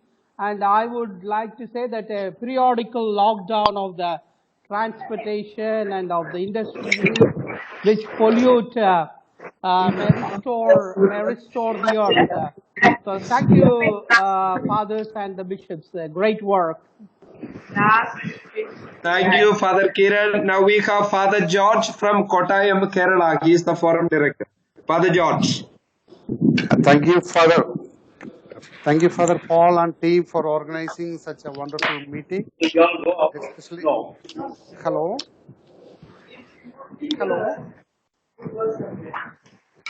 Please go on. Thank you for this wonderful meeting, and especially thanks for the great eminent panelists. My humble suggestion is that Caritas can prepare a common guideline for the national church regarding green action and the green celebrations. Yeah, For that, for green celebration, Caritas can prepare a common guideline for the entire national church. Thank you, Father.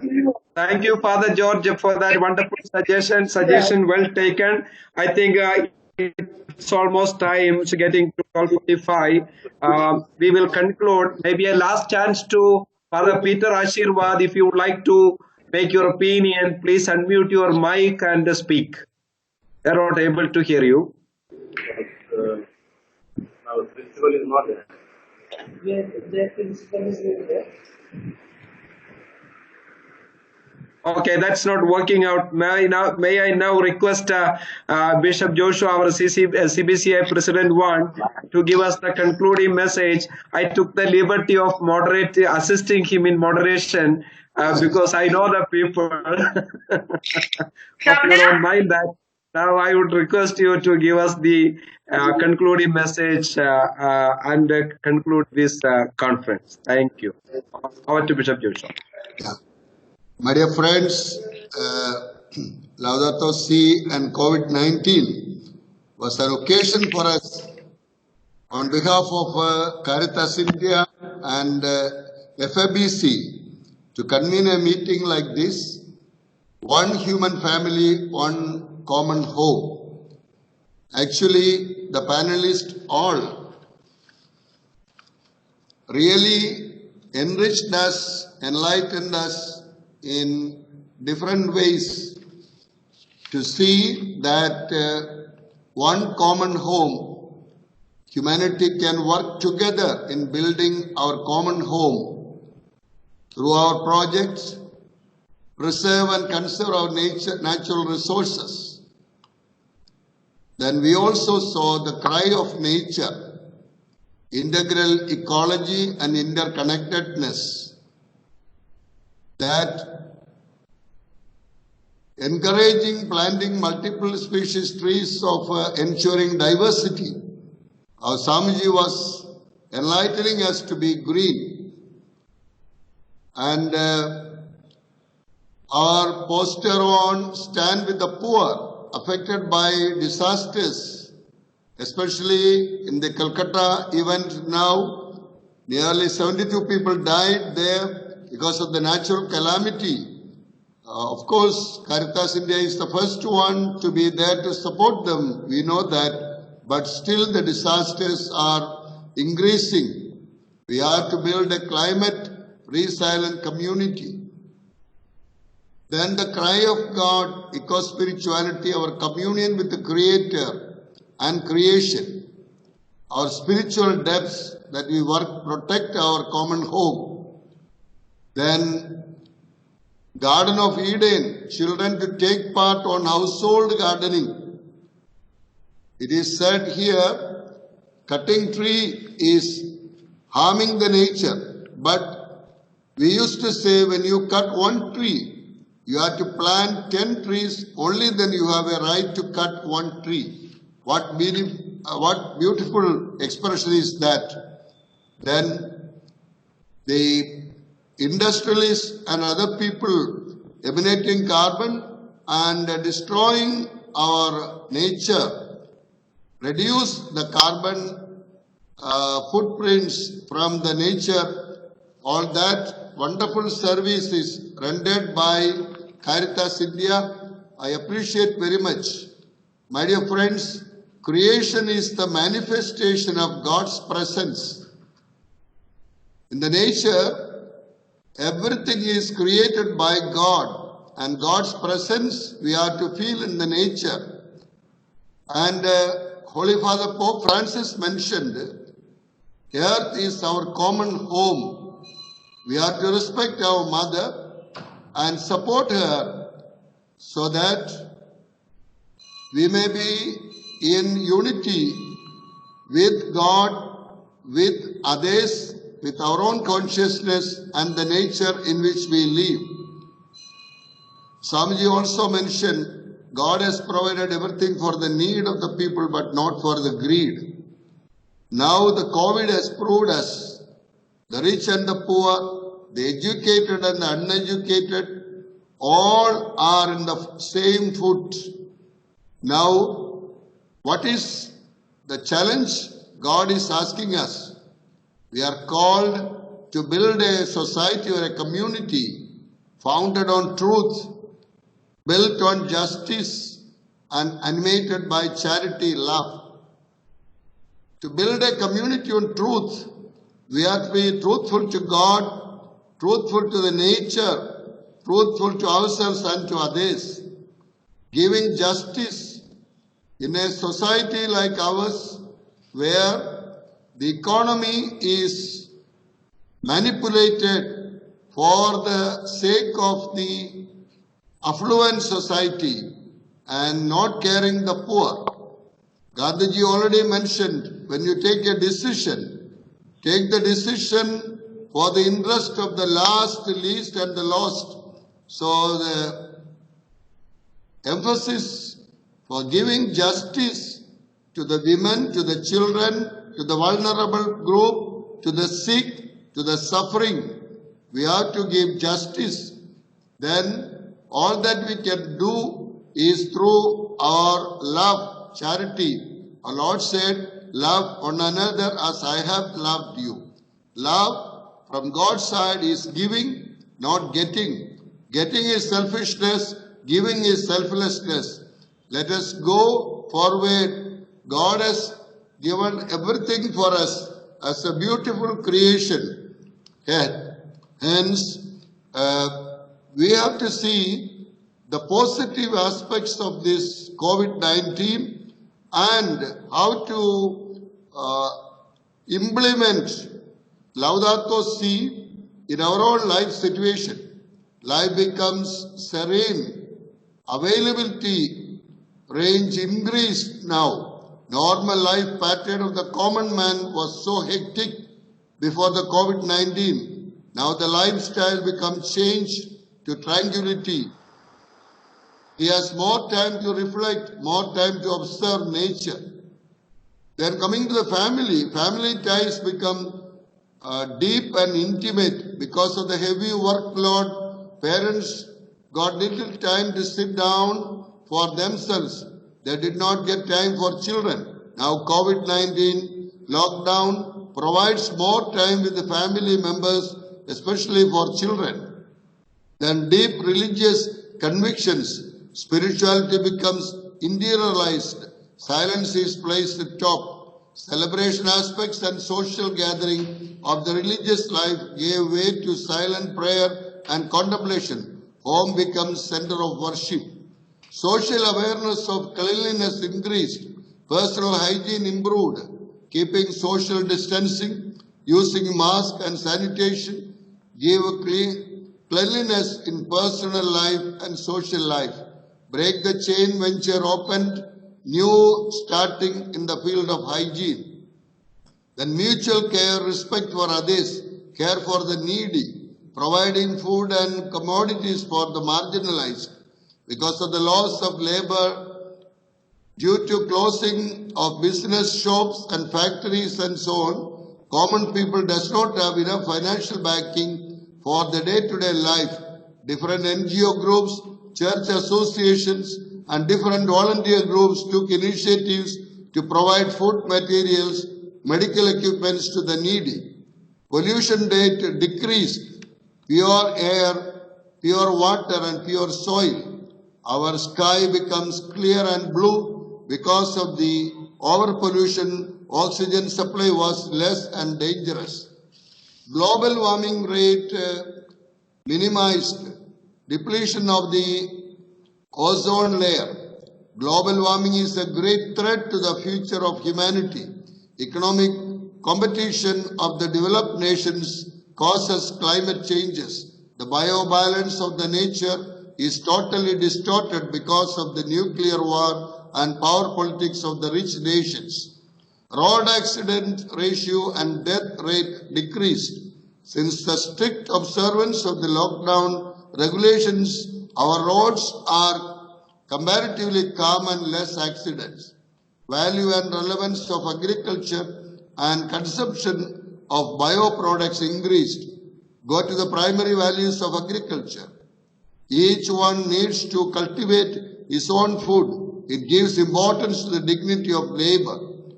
Egocentric attitude gives way to altruistic outlook. Swamiji beautifully mentioned that. Our life is not for ourselves.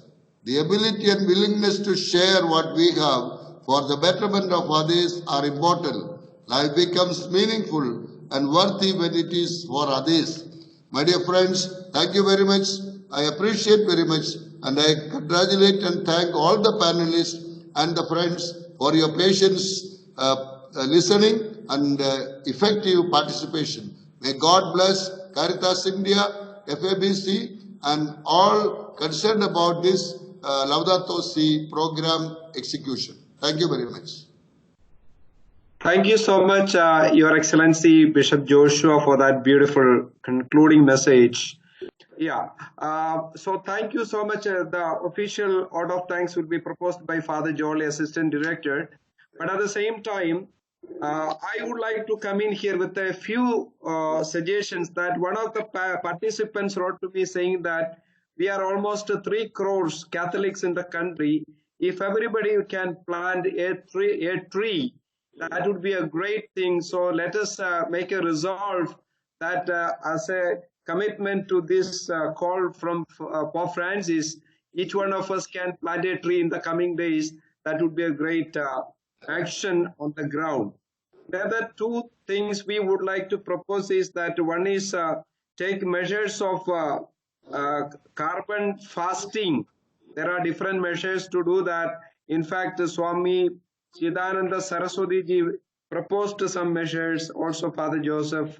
The other one is that something called Garden of Eden. We are coming with a new concept of that every family should have a family garden of vegetables or fruits, whatever. So if that also can be taken as one of the actions, that would be something great. So my dear friends, thank you so much for being part of this conference. God bless you. May I now request Father Jolly to give the word of thanks and then also conclude. Over to Father Jolly. Thank you, Father Paul. Dear Archbishops, Bishops, Fathers, Sisters, members of Caritas India and FABC fraternity. As we celebrate the Laudato Si week in the context of the 5th anniversary of the publication of the universal papal encyclical Laudato Si of our beloved Holy Father Pope Francis, addressed to the church fraternity and to all people of goodwill, we fruitfully spent these morning hours on this virtual platform, recollecting the rich content of Laudato Si as a historical document, as a prophetic document, inviting and motivating us to take a positive and pointed actions that will help to reinvent the beauty of God's creation and sustain the biodiversity of our planet for us and for our upcoming generations. Ever since the publication of Laudato Si, Caritas India, the humanitarian and social development wing of the Catholic Church in India, has been taking up several pioneering initiatives to preserve and conserve our Mother Earth and its biodiversity. This webinar of today is yet another step forward that Caritas India and FABC have taken to keep us remain focused on renewing the earth and creating this world to be a better place and a decent common home for everyone to live in and enjoy and cherish. All our eminent speakers of today have given us very inspiring and thought-provoking messages with many practical actions proposed as course corrections in our lifestyle, in our choice of our priorities, and a clarion call for adopting pro-planet value system in all that concerns us and concerns the living beings and organisms of the planet. On behalf of Caritas India, it's my privilege and pleasant duty to express our deep sentiments of gratitude to each one of you. First and foremost, we owe our gratitude to our God Almighty, the Creator of heaven and earth, for bringing us together as one family of God and of humanity to celebrate the beauty of His creation through this webinar. We express our gratitude to our beloved Holy Father Pope Francis for giving us such inspiring, vibrant, dynamic and action-oriented reflections and global consciousness through his papal encyclical Laudato Si. It's our great joy to have with us Most Reverend Joshua Mar Ignatius, the Vice President I of Catholic Bishops' Conference of India. We express our profound gratitude to you, dear Bishop Ji, for gracefully moderating today's webinar and for sharing with us your insights. It's again with great joy that we express our deep sentiments of gratitude to our Most Reverend Archbishop Felix Machado, the Secretary General of Catholic Bishops' Conference of India, for your presence with us and for giving us a very inspiring opening message. We express our sincere gratitude and appreciation to our beloved Chairperson of Caritas India, Most Reverend Archbishop Sebastian. We thank you for your constant accompaniment with Caritas India as our leader and mentor.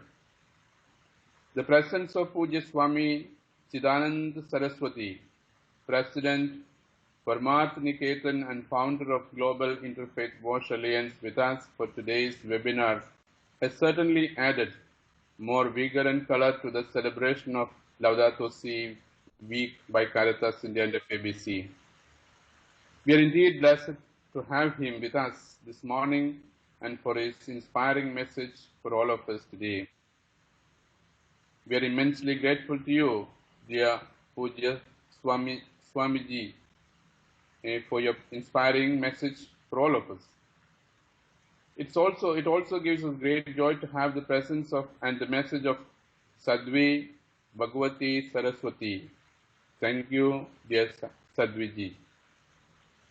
Most Reverend Bishop Alvin De Silva, President, Commission on Ecology of CCBI, has always been a fierce crusader of Green Earth movements and a champion of pro-poor stand within Mumbai and across the world. We are deeply grateful to you, dear Bishop G. Alvin, for your presence with us and for giving us very motivating message today. We also express our very sincere appreciations to Ms. Raina Braganza and Father Joseph Gonsalves for giving us several insightful thoughts through your message for us today. I take this opportunity to express my gratitude to dear Father Paul, the Executive Director of Caritas India, who was primarily instrumental in organizing this beautiful webinar today. Thank you, dear Father Paul, for all your dynamic leadership initiatives in Caritas India on several fronts, including that of care for our creation. I also express our appreciation and gratitude to Dr. Haridas, Caritas India Manager for Climate Action, for doing all the hard works behind the scene and making all the preparations to bring all of us on this common platform today to celebrate Laudato Si week. My sincere appreciation to all the participants of today's webinar, both from within the country and overseas. all of you, dear friends and co-travelers of Caritas India, the directors of Caritas in other countries, the directors of regional and diocesan Caritas within India, several staff and colleagues of Caritas India, fathers, sisters, and our lay sisters and brothers, for your wonderful participation, interventions that you have made, clarifications you thought, and insights you shared with everyone on this virtual platform. Thank you, each one of you. Finally, let the celebration of Laudato Si week be an occasion for us to recommit ourselves to the cause of preserving, conserving, and sustaining the biodiversity of our Mother Earth, our common home and heritage, and build a better and brighter future for us and for our future generations. Thank you, and God continue to bless us and our Mother Earth and help us to remain safe amid this COVID-19 pandemic. God bless you all. Thank you, Father Jolly. I would like to specially appreciate and congratulate Dr. Haridas, our manager for climate affairs, and Patrick, our communication person, for the wonderful coordination of this webinar. Now, Haridas, over to you for the conclusion of this webinar. Haridas. Yeah, thank you, Father. Thank you, everyone who has participated in this wonderful webinar. The resource persons and the speakers have done a wonderful speech and very inspiring, and many feel like doing something for our Mother Earth. So thank you very, very much for joining this important webinar. We will have to do something on behalf of Caritas and the Church in India to protect this Mother Earth. Thank you very much.